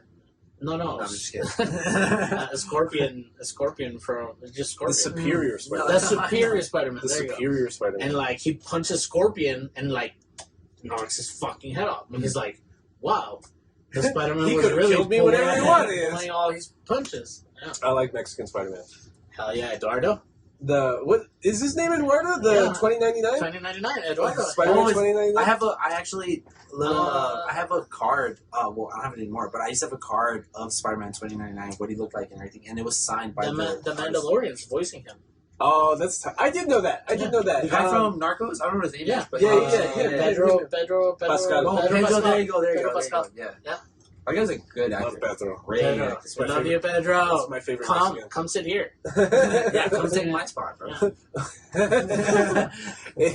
are you talking about? So that fight Pedro ends. Pascal being The very last fight is the one that you were talking about earlier, CJ, where basically aliens come down from a separate like world, Mhm. and it's like the One Punch Man of his galaxy Mhm. that like lived his whole life never seeing a real challenge and never. He's been looking for that strong opponent. And he went to a Lord psychic. Boros. Lord Boros. He went to a psychic or somebody that told him on this planet is somebody of equal strength that will fight you. Mhm. And the animation's insane, like insane. Like you want to see like it's just colors on screen, but it's so cool. Like it's Yeah, it's an entire spaceship being demolished, and again, it's Saitama just letting himself get beat up from 2 Mhm. episodes because he doesn't want it to end. And it's this guy just being like, "You're still not dead. Then I will use the galaxy-wide super mega comet destroying punch." like And meteor blast, that- whatever the fuck it was. that's where you get the scene of like Saitama getting knocked to the Earth's moon Mhm. and like pushing himself back off of the moon back down to Earth and like beating this guy up. It's so that was such a insane. dope scene because like the sound quiets The up. sound you don't hear directing's nothing, You just amazing. see him quiet. He holds his breath, and then what I like that they demonstrate a lot of his strength is when he jumps off the moon. Just the He impact makes a of new him. crater. Yeah, like oh my god, that shit was so insane. It was basically like the size of one side of the moon, just him jumping off of that shit. That Yeah, shit was you so could great. you could watch the first season of One Punch Man with headphones on and amplify your experience. Oh by- hell yeah, man! by That a shit was lot. Good sound amazing. direction. Mhm. Yes. The music was off the charts. Amazing. Lord Boros too. Lord Boros has amazing animation, not only because his character is also like super dynamic. Like his character design is super dynamic. He has like lightning bolts going through his body like continuously, Mhm. and like just seeing neon lights and seeing Saitama being like okay, and like just it is crazy. It's What I crazy. like is that after Boros, does the whole typical. I think they add more to the gag effect where it's like Saitama does like all right normal consecutive punches and he just punches them a bunch of times and he disintegrates them and then he's just like haha I'm still fucking it's not my final form and he comes back and like how you said he does the super amazing star meteor blast whatever the hell it's called that whole Holy Star hidden. which I think is the whole color scheme and everything is amazing. And then It's that's so when much colors it almost comes off as white. yeah, it's like holy shit. And then that's when Saitama is just like, all right, well, I guess I'll be serious. And he actually does What? a Lord serious. Boros is telling him, he's like, "Take me seriously, just one time." He's like, "Okay, Fine, you you got a asked for worthy this, yeah. opponent. You wanted one normal punch." Yeah, he's like one normal, like basic ass punch. I'm like, okay, and that's or when you one serious punch. and that's when you realize that this entire time Saitama's been fucking pulling his punches, which is you already know he's insanely strong. But the fact that he can go even further beyond than that is like insane. Because then that's when you see the whole atmosphere of the Earth like fully part, like Moses in the Red Sea, and It's just like oh my God. DBZ fights where like the blast is seen from space. Oh, kind from of stuff. yeah, it's shooting off the planet, and you're like, holy crap! And just that from one makes- basic punch. And that makes Lord Boros canonically being the only character to survive a punch for One Punch Man. Yeah, Mhm. yeah. He's the Yeah. only one in all Yeah. of season 2 too. Yeah, Yeah, because he survived the one normal punch, Yeah. but the one serious punch. the one got him. serious punch Yeah. completely just. I mean, shit. I'm surprised they didn't do a DBZ when when they get blasted away and then they disintegrate and they're like and then they just like vaporize. It was something Surprised they didn't do that. small, like Yeah, Like, he's it- just like just completely. like it's nice knowing that I'm not really as strong as I thought I was, Yeah. and I did meet my maker basically. It's But like, Yeah. to be fair, that fortune teller did get her money's worth because she predicted that was gonna happen. Yeah, Like, yeah. you're gonna meet somebody that's gonna possibly shit beat out your ass. Yeah, possibly be able to beat you. And it has good sauce. Like One Punch Man has good sauce. Like even like in season 1, like the sauce is there, but like just season 2, you got like a 3-year-old sauce in the fridge with some stale ass chips, and it just wasn't there because the first season, 12 episodes, feels like I watched 24 episodes, but not in a bad way. Season 2 feels like I watched 24 episodes in a bad way. yeah, yeah. It's crazy. It's crazy. We can talk so much about season 1 and all its details, but it's just so redundant to talk about them because it's just better for you to watch it. It's just Yeah. better for you to watch it. We cannot tell you what it is to watch the first season of One Punch. Oh yeah, absolutely. God, we did it backwards, but I think that might be our discussion on season 1 and 2 of One Punch Man. I think so too. We don't have anything that is gonna segue into anything. Hopefully, we'll be able to watch Mob Psycho 100 season 2 sometime soon. It would be a part of this discussion because it's a one production. It's a lot better. Season 2 of Mob Psycho 100 is a lot better than season 2 of One Punch Man. Well, one thing I like about season 2, the ending of One Punch Man, is that it leads you into. Well, it makes me want a little more because, like, to me, Garo was a cool, dope ass character. I wish I would have known a little bit more about him. I wish the animation would have gone way more I better. hate it for when him. his hair went orange for no fucking For no reason. Yeah, that was I don't know who made that choice, but one thing I like is that I believe Aldo said it earlier, where the bird kind of just takes him away and they bring him to the Monsters Association, and so they're basically telling him like, "Yo, we know how good you are, and we want you to be kind of like our number one," which ties into how they introduced him. Because remember when Garo was a little kid, he used to watch all those cartoons and those Power Ranger-esque episodes, and he'd be like, he always root for the villain, and then he would be like, "Man, the villain never wins. Like, I'm gonna be the strongest fucking monster and be able to win one." And good that you bring it up. We get like, for the last 3 episodes, we get like this dumbass backstory on Goro that we don't care about because he's just like, I was always picked last when I was a young boy. The kids used to bully me, so I decided to become the biggest monster. And they held me down. I mean, it's your typical villain origin story. It's you know what I mean? just what I meant about storyboarding earlier. Like, it comes out of fucking nowhere, and you're just like, why do I give a shit? Yeah, right like now? why do do I I give care a about shit right this? now? Like, at least at this point in time, like I probably would have cared about this 7 episodes ago, And- but right now it's like, And season 2 is just full of like, of transition effect after transition effect after transition effect for you to not to see anything crazy. Crazy. it makes me think of season 2, Promised Neverland. You guys got there, right? I'm not gonna watch it. I'm not gonna see it. Okay, well, I agree. Don't watch that shit because it's like it's. I watched like half of it, and I'm like, no, this is bad. Nah. This is bad. If you saw the first half of it, the second half is even worse. So it's like, no, don't waste your time. It's the way you guys are describing it, the way you guys are saying it's like we basically got like a slideshow of shit. They literally do that in season 2 of With Promised a Neverland. shitload of like CGI. No, No? it's literally just a slideshow of things that go on, and you just get like you're basically reading a manga in animation form, and they narrate like how it goes on. But I guess if you ever decide to get further than that, you guys will. Anyways, One Punch Man. Watch season 1. Do not watch season 2. And this has been episode 108 of Between Nerds. Nerd down. Nerd out. Nerd down. Nerd down. Hi guys, welcome to Nerd Down where the nerds get down. Again, my name is Drew Philip Villasaldo Mendez. This is Christopher James, At the beginning of this Nerd Down, we do want to go over our housekeeping notes again. Leave a 5-star written review on Apple Podcasts, and then email us at betweennerdspodcast@gmail.com, letting us know that 5-star written review was you. Or you can be a subscriber with your subscriptions made public on YouTube, and then comment on a video during the month of September, and you will be automatically entered into our giveaway, and we will get you some hand-picked nerd content. Like us on Facebook. I don't know where. We get a good steady amount of downloads from our Podbean. Yeah. You know, so wherever you guys are, Germany, Dominican Island, Spain, wherever you guys are at, We're ranked in the UK. yeah, just hit us up. Don't be scared. Why are you scared? We're gonna understand you. You know, we have Google Translate. Yeah. You know, Yeah. so Yeah. so hit us up. Like us on Facebook as well, Instagram, Twitter. Shit, MySpace if you're in there, but we don't have a MySpace. Damn, who would still have a MySpace now?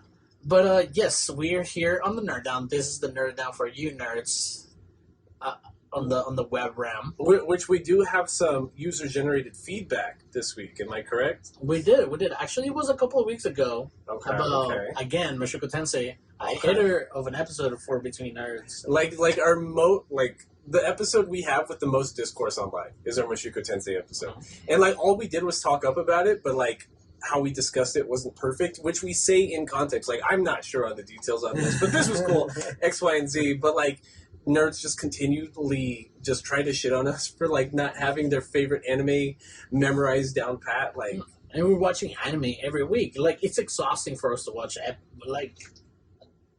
new anime every week. Not even new anime, but anime that we haven't talked about in a long time, or that we haven't revisited in a long time. But yeah, like Drew said, nerds insist that we should do better.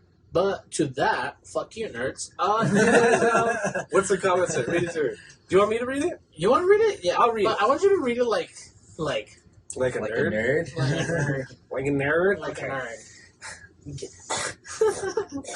Hold on, get your flames up. You're exactly right. The two got a number of things wrong in this podcast. Another major one was with ranks of power in this world and the ranks of the characters, like saying that Roxy couldn't teach Rudy anymore because he was king class, whilst she was a novice. So much wrong here. For one, the rankings go beginner, intermediate, advanced, saint, king, emperor, god.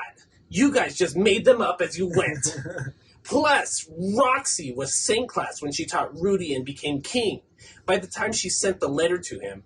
Oh, and there's no free education. Paul's a noble and owns land. He can't afford it. And shout out to Master 10K2. You're a fucking dork. Like, Yeah. number one, number one, number two. Like, I don't know how you're coming at me for being perfect when I had to plug in your incorrect grammar in that comment. Like, so go fuck yourself. Number two, Like I fixed yours. and like in context, in that clip, he's bitching about. I say at the beginning of that section, I'm not sure exactly how it went, but it went something to the effect that Roxy could no longer teach him because she was not high enough in level. That's what she said. That was the exact But word. when he's talking about the different rankings and the names for the ranks, I say I'm not entirely sure how it went, Yes. but it was something to that effect. Correct. And again, nerds, we love you, but we know No, how we you don't. are. Yeah, we hate you. But we love you. Like, we know how you are. And that's why we made this fucking podcast.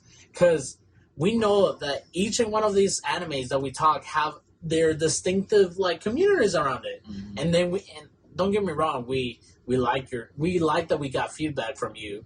But again, dude, we're here to try to get you into a conversation about the anime that you like, not being so weird about it. So if somebody was talking to you about the anime they like and somebody gets something wrong, just be understanding of the fact that it's not their favorite anime. You know? Yeah, because Even people though like, Mushoku Tensei is her favorite after 'Cause- that. yeah, we it have is. nothing but good things to say about it's it. funny because there's certain people that may get something wrong about, for example, like One Piece, and you wouldn't see Drew fucking like, well, that's not it, that's Yeah. not it. And it's like, all right, I like get it, you Mushoku know? Tensei as much as you like Mushoku Tensei Master 10K2. I like it as much as you do. And if you find that offensive, it's your thing, bro. The past week, I did read Volume 7 of Mushoku Tensei, the light novel, because Volumes 1 through 6 are essentially what's adapted into Season 1 of Mushoku Tensei.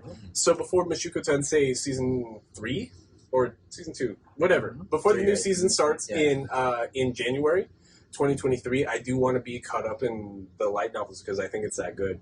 And like volume 7 is amazing. Like I bought this bookshelf almost 2 weeks ago, right? This one in the one in the corner to the left of Aldo. Oh shit.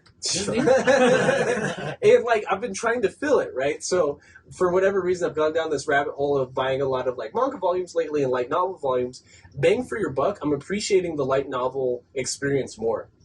Because if they're all $13-14 for a volume, God, like we read One Piece, I can read a volume of manga in like 15 minutes, if that, like 10 minutes maybe, right? So like right, but a light novel is still going to take me probably a week. It took me like literally 7 days to probably finish volume 7.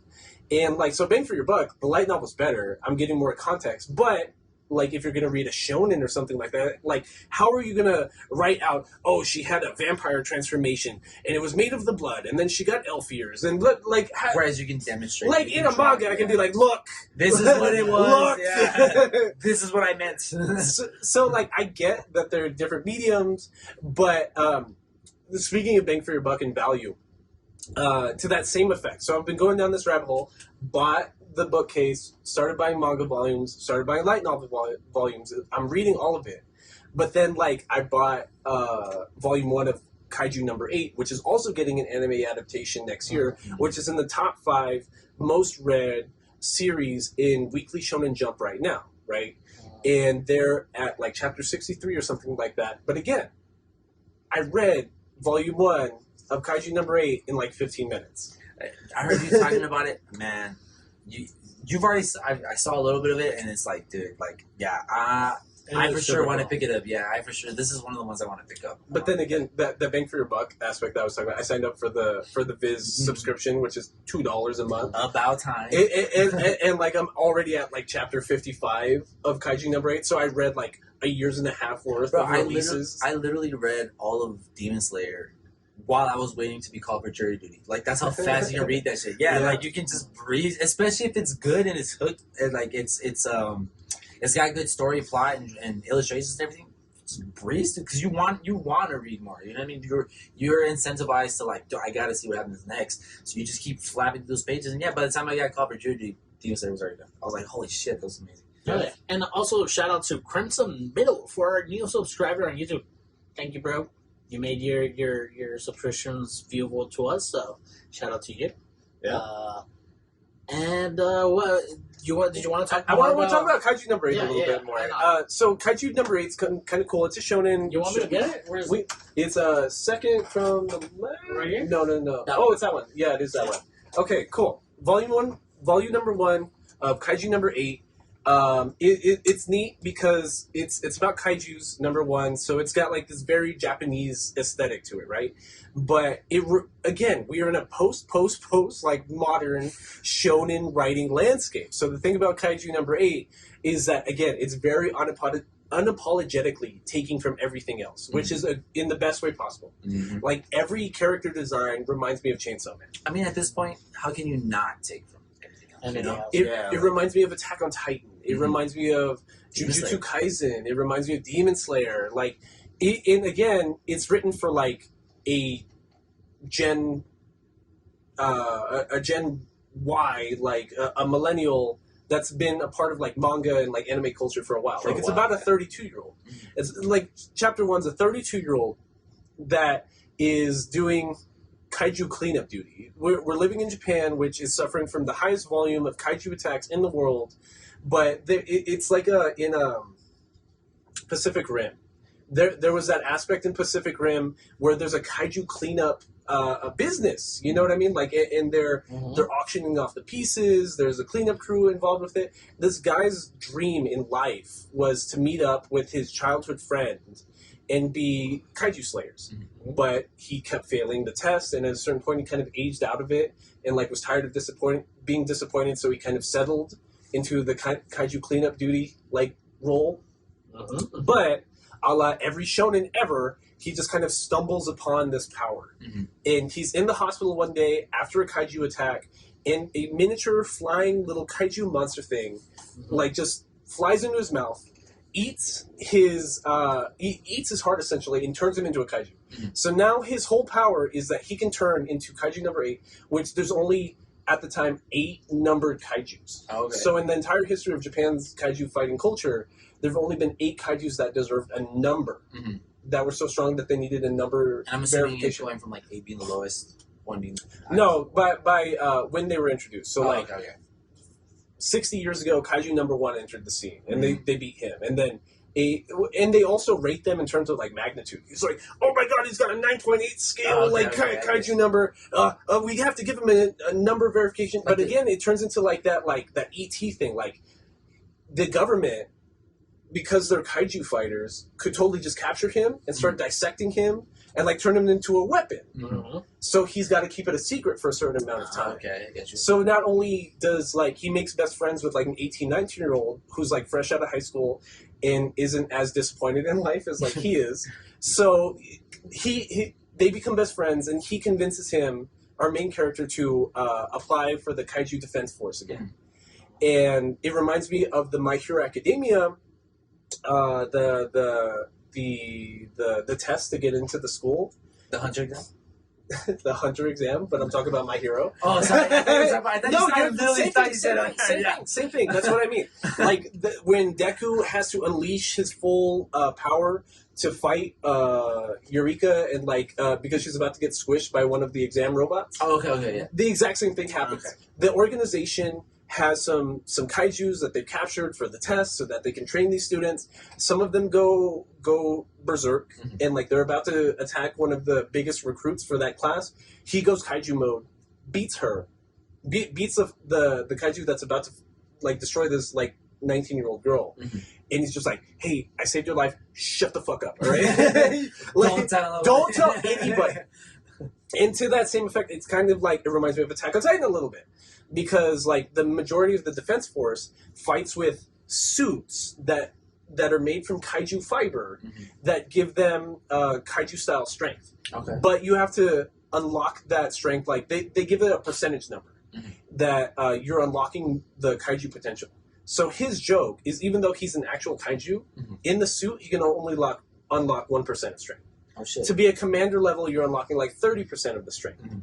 The girl he looks up to can do like 92% and Jesus, stuff like that. yeah. And then we meet like captains that do like 98%, 99%, and stuff like that, right? So it's taking a lot from a lot of things, but like just the character designs alone, reminding me of Chainsaw Man, makes me want to finish it.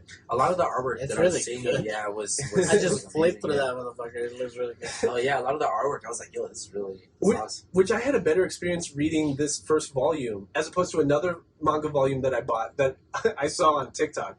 It's called Gunbeard Sisters. Tell us about Yeah, that. tell us about this one, Drew. What's this one about? Yeah. What brought you Can to you grab it? Yeah. So it's called Gunbeard Sisters. Let me see.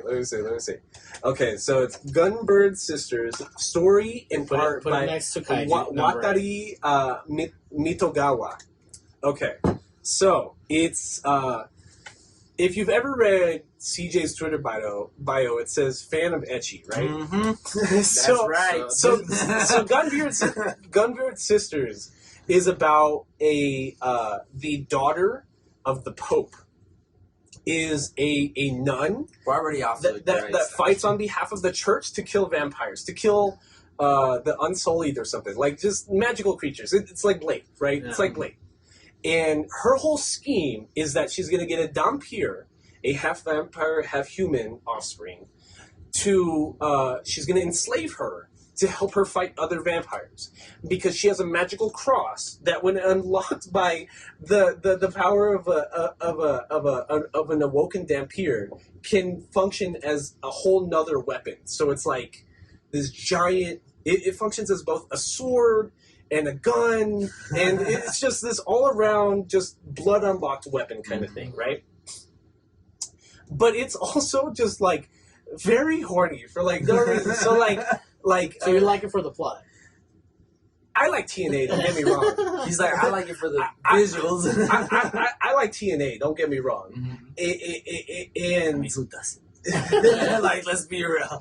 but like there is ass in this manga. Like, oh god, like one of the first scenes, like it's like page like 6 of chapter 1, is the daughter of the Pope masturbating to a painting of a Dampier that she has inside of the church she lives in, because she is aroused by the thought of enslaving a Dampier to fight for her.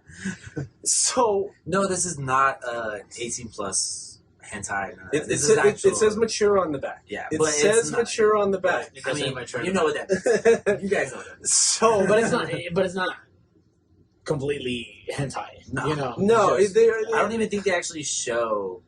there is a Yeah. scene of her masturbating, but like Well, but I don't there's think they no actually like show they don't actual show like any. tits, nipple, yeah. clitoris. Well, they don't show nipples as far as. No, from there's what no I've seen, nipples. yeah. There's no like. I was looking for labia majora. I didn't see I didn't see none of it.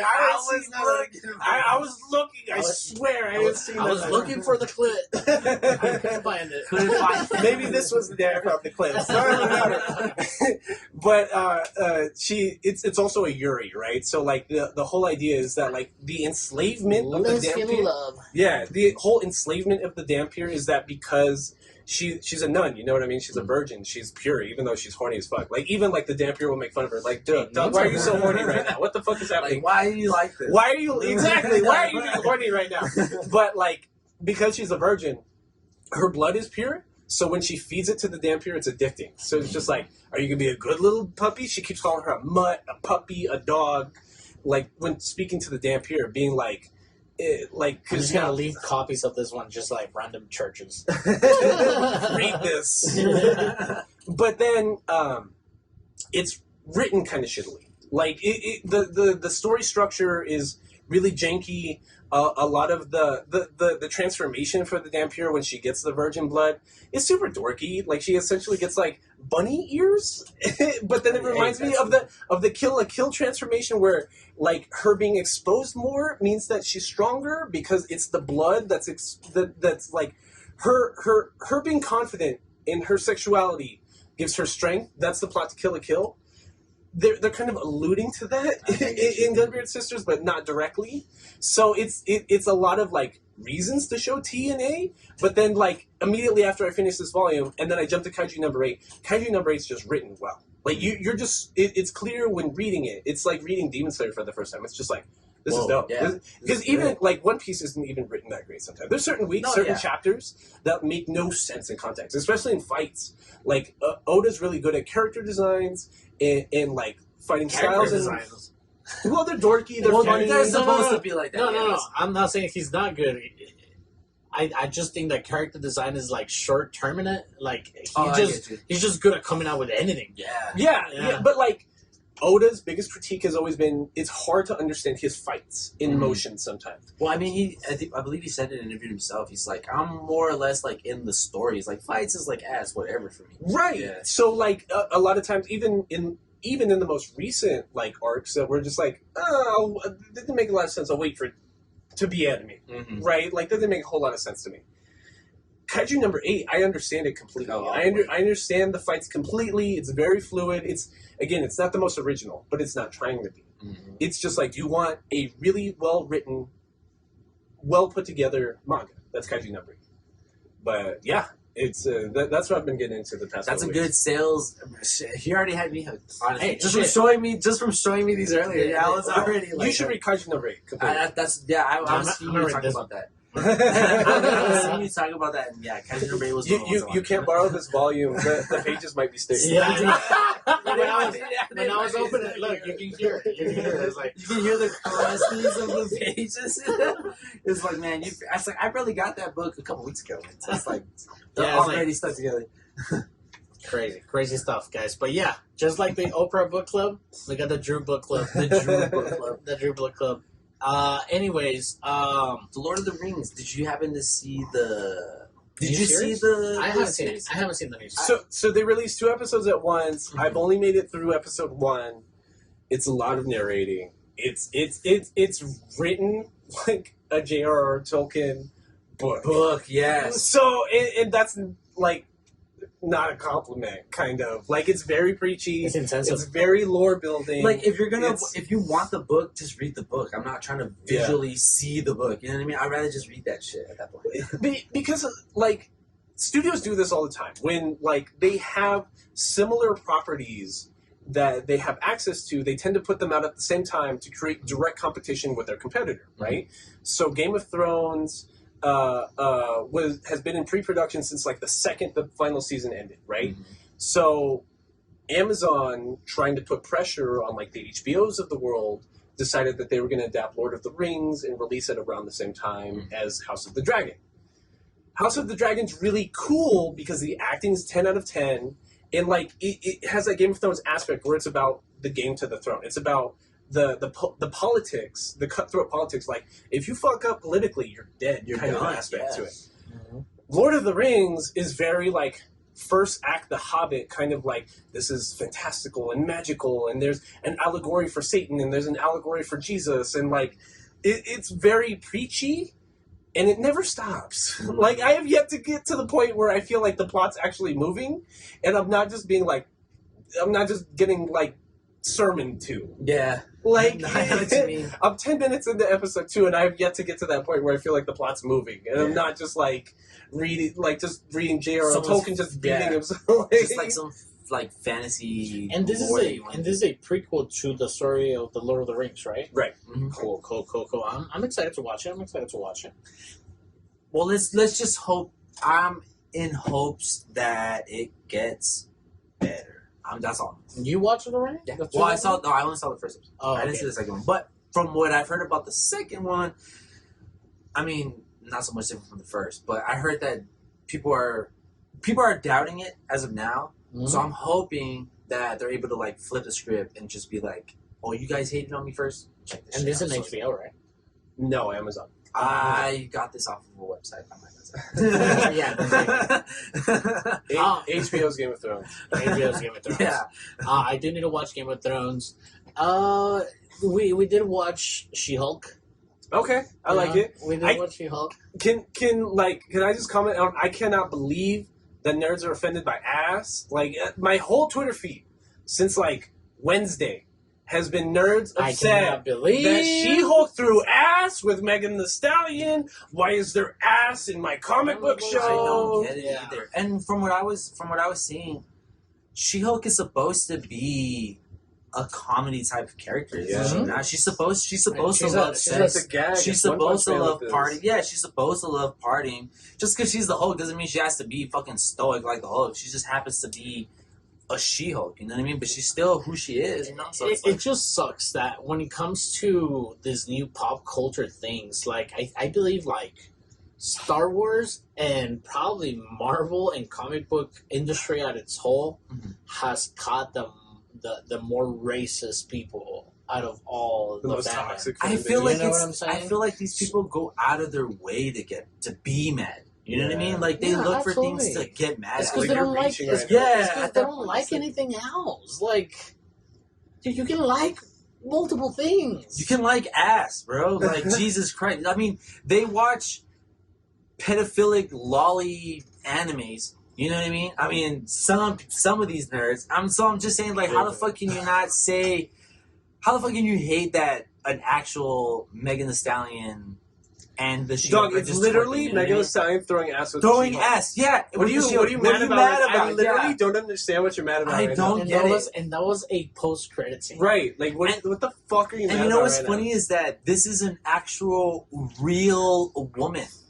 You know what I mean? She exists. Yeah. So it's like that's an actual person that I mean, And who then, knows? Maybe a million in one chance, but you can actually see this person in real life. and then the nerds. you're mad about and then the nerds that cry about the CGI. It's like, bro, it's like, you don't know how hard it is to do CGI. I didn't even think it looked that bad. I didn't. I know didn't that it either. did. I Like didn't everyone keeps either. taking the same like 3-second clips, being like, "Oh, this looks like a fucking This is video terrible, game." but it's like Dog, like in the context of the episode, I'd never know. We had this take last week when I was like, "Dog, the scenes everyone's bitching about all week, they don't even register with me. They happen so quickly. It's like I can't believe the amount of like energy people are putting into these clips. that. That's what I'm saying. It's like how you said it. They're at this point, you're like Space Jam reaching for that shit because it's like, what are you mad about? Space Jam Megan 2 Thee- was bad though. Space Jam 2. The one with LeBron. LeBron? Yeah, that was bad. It was bad, but I mean, I don't was get me asshole. wrong. I liked it because it had a lot of cool basketball players in it, and I'm a huge fan of just Oh, basketball in yeah. general. But no, I get it. It was just, to me, it was like a big Cash yeah, grab. because they had all the Harry Potter planet and like the Warner Brothers planet and all this random ass shit. I was like, okay, I get it. You guys are trying to get your advertisements in. Crazy It felt shit. like what's that one movie? The Emoji Movie. Yeah. It felt like that, where it was just I like never one actually big watched the Emoji advertisement. Movie. Dude, it was literally one big advertisement for just a bunch of random shit, and I was like, this is horrible. Like, I Yeah. don't get why that movie got I saw a produced. couple of scenes of it. I think my girl was watching it with somebody, but like I regret it. I regret watching that movie and the one with Seth Rogen, the Sausage Party, the one with the food. Oh, that I was- hate that I one. regretted I watching hate that I one. think that one was funny. I You know, hated I don't that like movie. Sausage No, I did Party. not It like makes me Sausage Party. uncomfortable. Yeah, I it did makes not me like really it. uncomfortable. Oh It was- yeah, but like it's a funny movie. To me, it was Seth Rogen trying to be his raunchy self, but it's like he does a better job of doing that with actual people than animated fucking food. I didn't like it. I didn't That like was it at all. I No? didn't like it. No. I thought it was It alright. lost money too. We're Yeah, never gonna get another movie like that. No, never. I thank God, bro, because that Ever. movie was fucking terrible. I'm sorry. What else? What else did we watch? What else did we Y'all watch? still haven't fucking watched Dragon Ball. So I need to watch I some still Dragon can't Ball. talk about Dragon superheroes. I need to watch. I heard Piccolo was good, but that's all I've heard. Honestly, the Gammas are probably my favorite new Dragon Ball Super characters in like a while. Like a long while. I like the Gammas From a the lot. Red Ribbon. Yeah, the Gammas. I like them a lot. I think they're really cool. I think they add something to the team. I'm excited for like whatever multi-universe wide threat happens in the main series when it comes back, because they completely, again, like the Saitama effect. They remove Goku and Vegeta from the picture just because like dog y'all are too strong. you guys would Just- take care of this, like not, they're just not part of this Saitama, story. yeah, Saitama. They're like, okay, we don't want this movie to end in 15 Oh, they're on minutes. training in another planet and they had no idea that like world was being destroyed by the Gammas. Okay. Yeah. So it's neat. It's dope. I'm excited for you guys to finally watch it whenever you actually get to it. I'll watch it I'll for sure watch it this week. I need to watch that one. I'm gonna watch Nope. Oh, You haven't seen that? Nope? I still haven't seen Oh, Nope. Nope I'm is gonna really watch good. it. Yeah, Jordan. There's a really good website you can watch that in, but we're not going to talk. We're about not gonna talk about that. But, we have a pretty good fall season. Yeah. Pretty good fall season. I mentioned to Drew off mic. We have the Made in Abyss movie on Hulu because Hulu just likes to grab all No, these on animes. Crunchyroll. No, on Hulu. No, he was saying it earlier. Made in Abyss. Oh, I'm thinking that Odd Taxi got put on Crunchyroll. That's what I'm Yes. thinking of. Yeah, that's and also a good movie. I haven't caught it yet. Have you got it? No, I haven't No. watched it yet. I was hoping we'd watch it for the podcast at some point.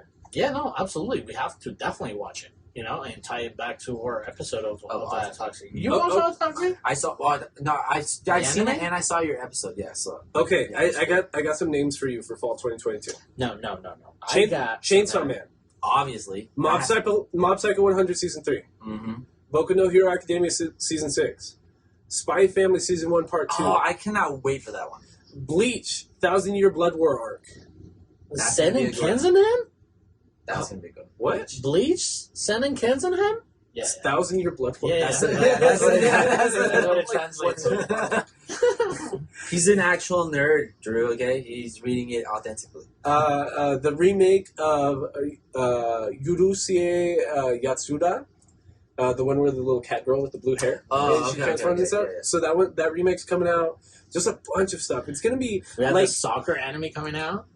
well, Blue Lock's already been going on. That's just a Oh, yeah, continuation yeah, right. of Blue Lock, I think. Yeah, you're right. But this might be the first time since like last fall. Maybe I might have like 3 or 4 shows I'm gonna watch weekly because like, Doug, like I'm gonna watch Spy Family every week with Karen. Hell, Absolutely. that's I'm gonna watch I love Chainsaw Man every week without even like thinking about it. I'm probably not gonna keep up with My Hero because the last season was ass.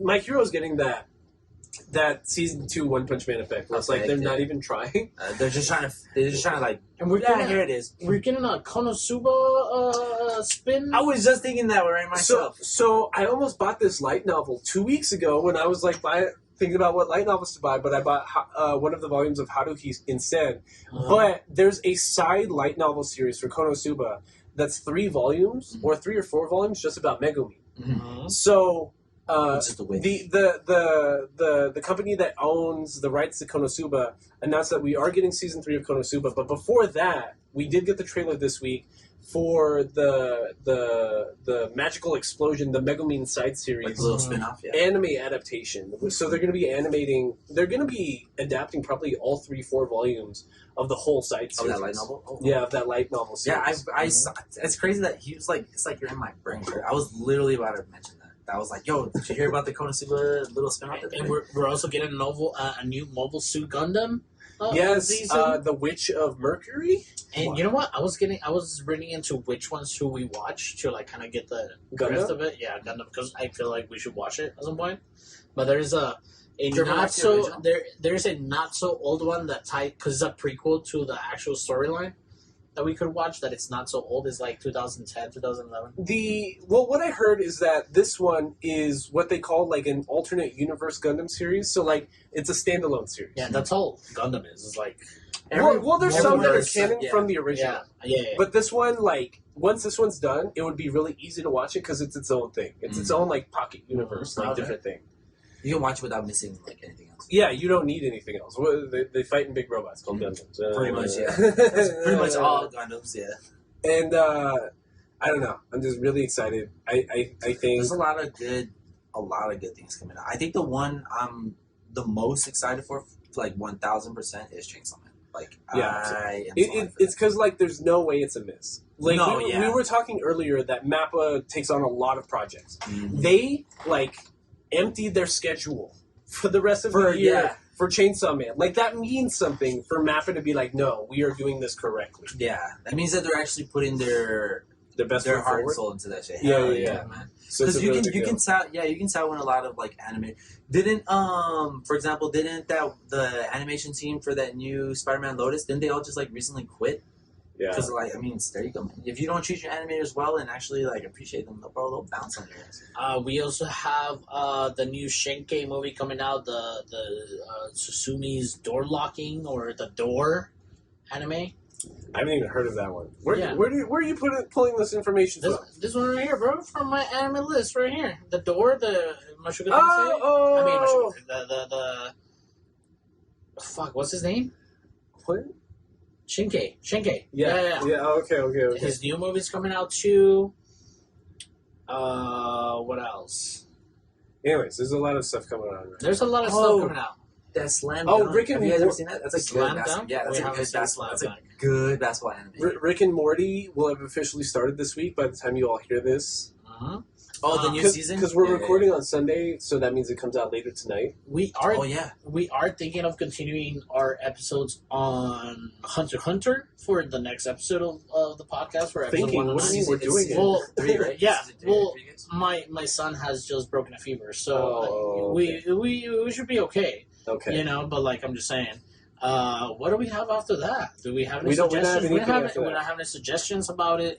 Well, with that being said, we could watch like the Odd Taxi movie. Yes. We could like I do want to talk about God, the volleyball anime. Haikyuu. Haikyuu. So we Yo, already what the hell is going on? Are you guys in my brain or what? Well, I was it's just because- thinking of that. It's because like we were gonna save Haiku just for March Madness, Madness. which is our like sports like theme month. But we're super behind. We're on Haikyuu. we're like 4 seasons behind. I with think Haiku. if you guys do season 2 of Haikyuu, by the time March Madness comes along, you guys can do season three. 3, and that's just entirely one match. Yeah. And so that's like March Madness type feels in that season alone. I feel like that'd be We're that'd be a excited. good moment to do that. We're excited about the golf one, apparently.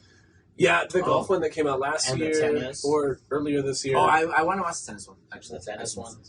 God, I don't even know what else. What There's else do you have another- on your little list for the nerd down? I don't have anything else for the nerd down. I mean, it's just we're super excited about continuing with we're almost at our season finale. Mm-hmm. Episode 120.5 should be our season finale for the season, Right. which we should be talking about the fall animes already. Am I allowed to say this? That be on the lookout for a new intro theme. I'm just Hopefully sometime. Yeah, hopefully soon. sometime. Hopefully sometime soon. Besides that, I mean, thank you, nerds, for joining us on another episode. Please follow us on Facebook, Instagram, Twitter, TikTok. And also, please email us at betweennerdspodcast@gmail.com for any comments, concerns, Your feels about your favorite anime suggestions, please send us suggestions. We have gotten suggestions, but we do have a vetting system on this. If you're in El Paso area, correct me if I'm wrong, Drew, but you are comfortable having maybe some guests? Yeah. Unless you're not a weirdo or No weirdos. you know, No weirdos. weirdos. Yeah, We no might do a weirdos. background check on you, an interview on you or something before coming on. Because we know how you nerds really. Yeah. We don't want any stinky guys over here. And the This is CJ. This is Drew Elias. I'm Aldo Mendes. This has been Between Nerds. Nerds.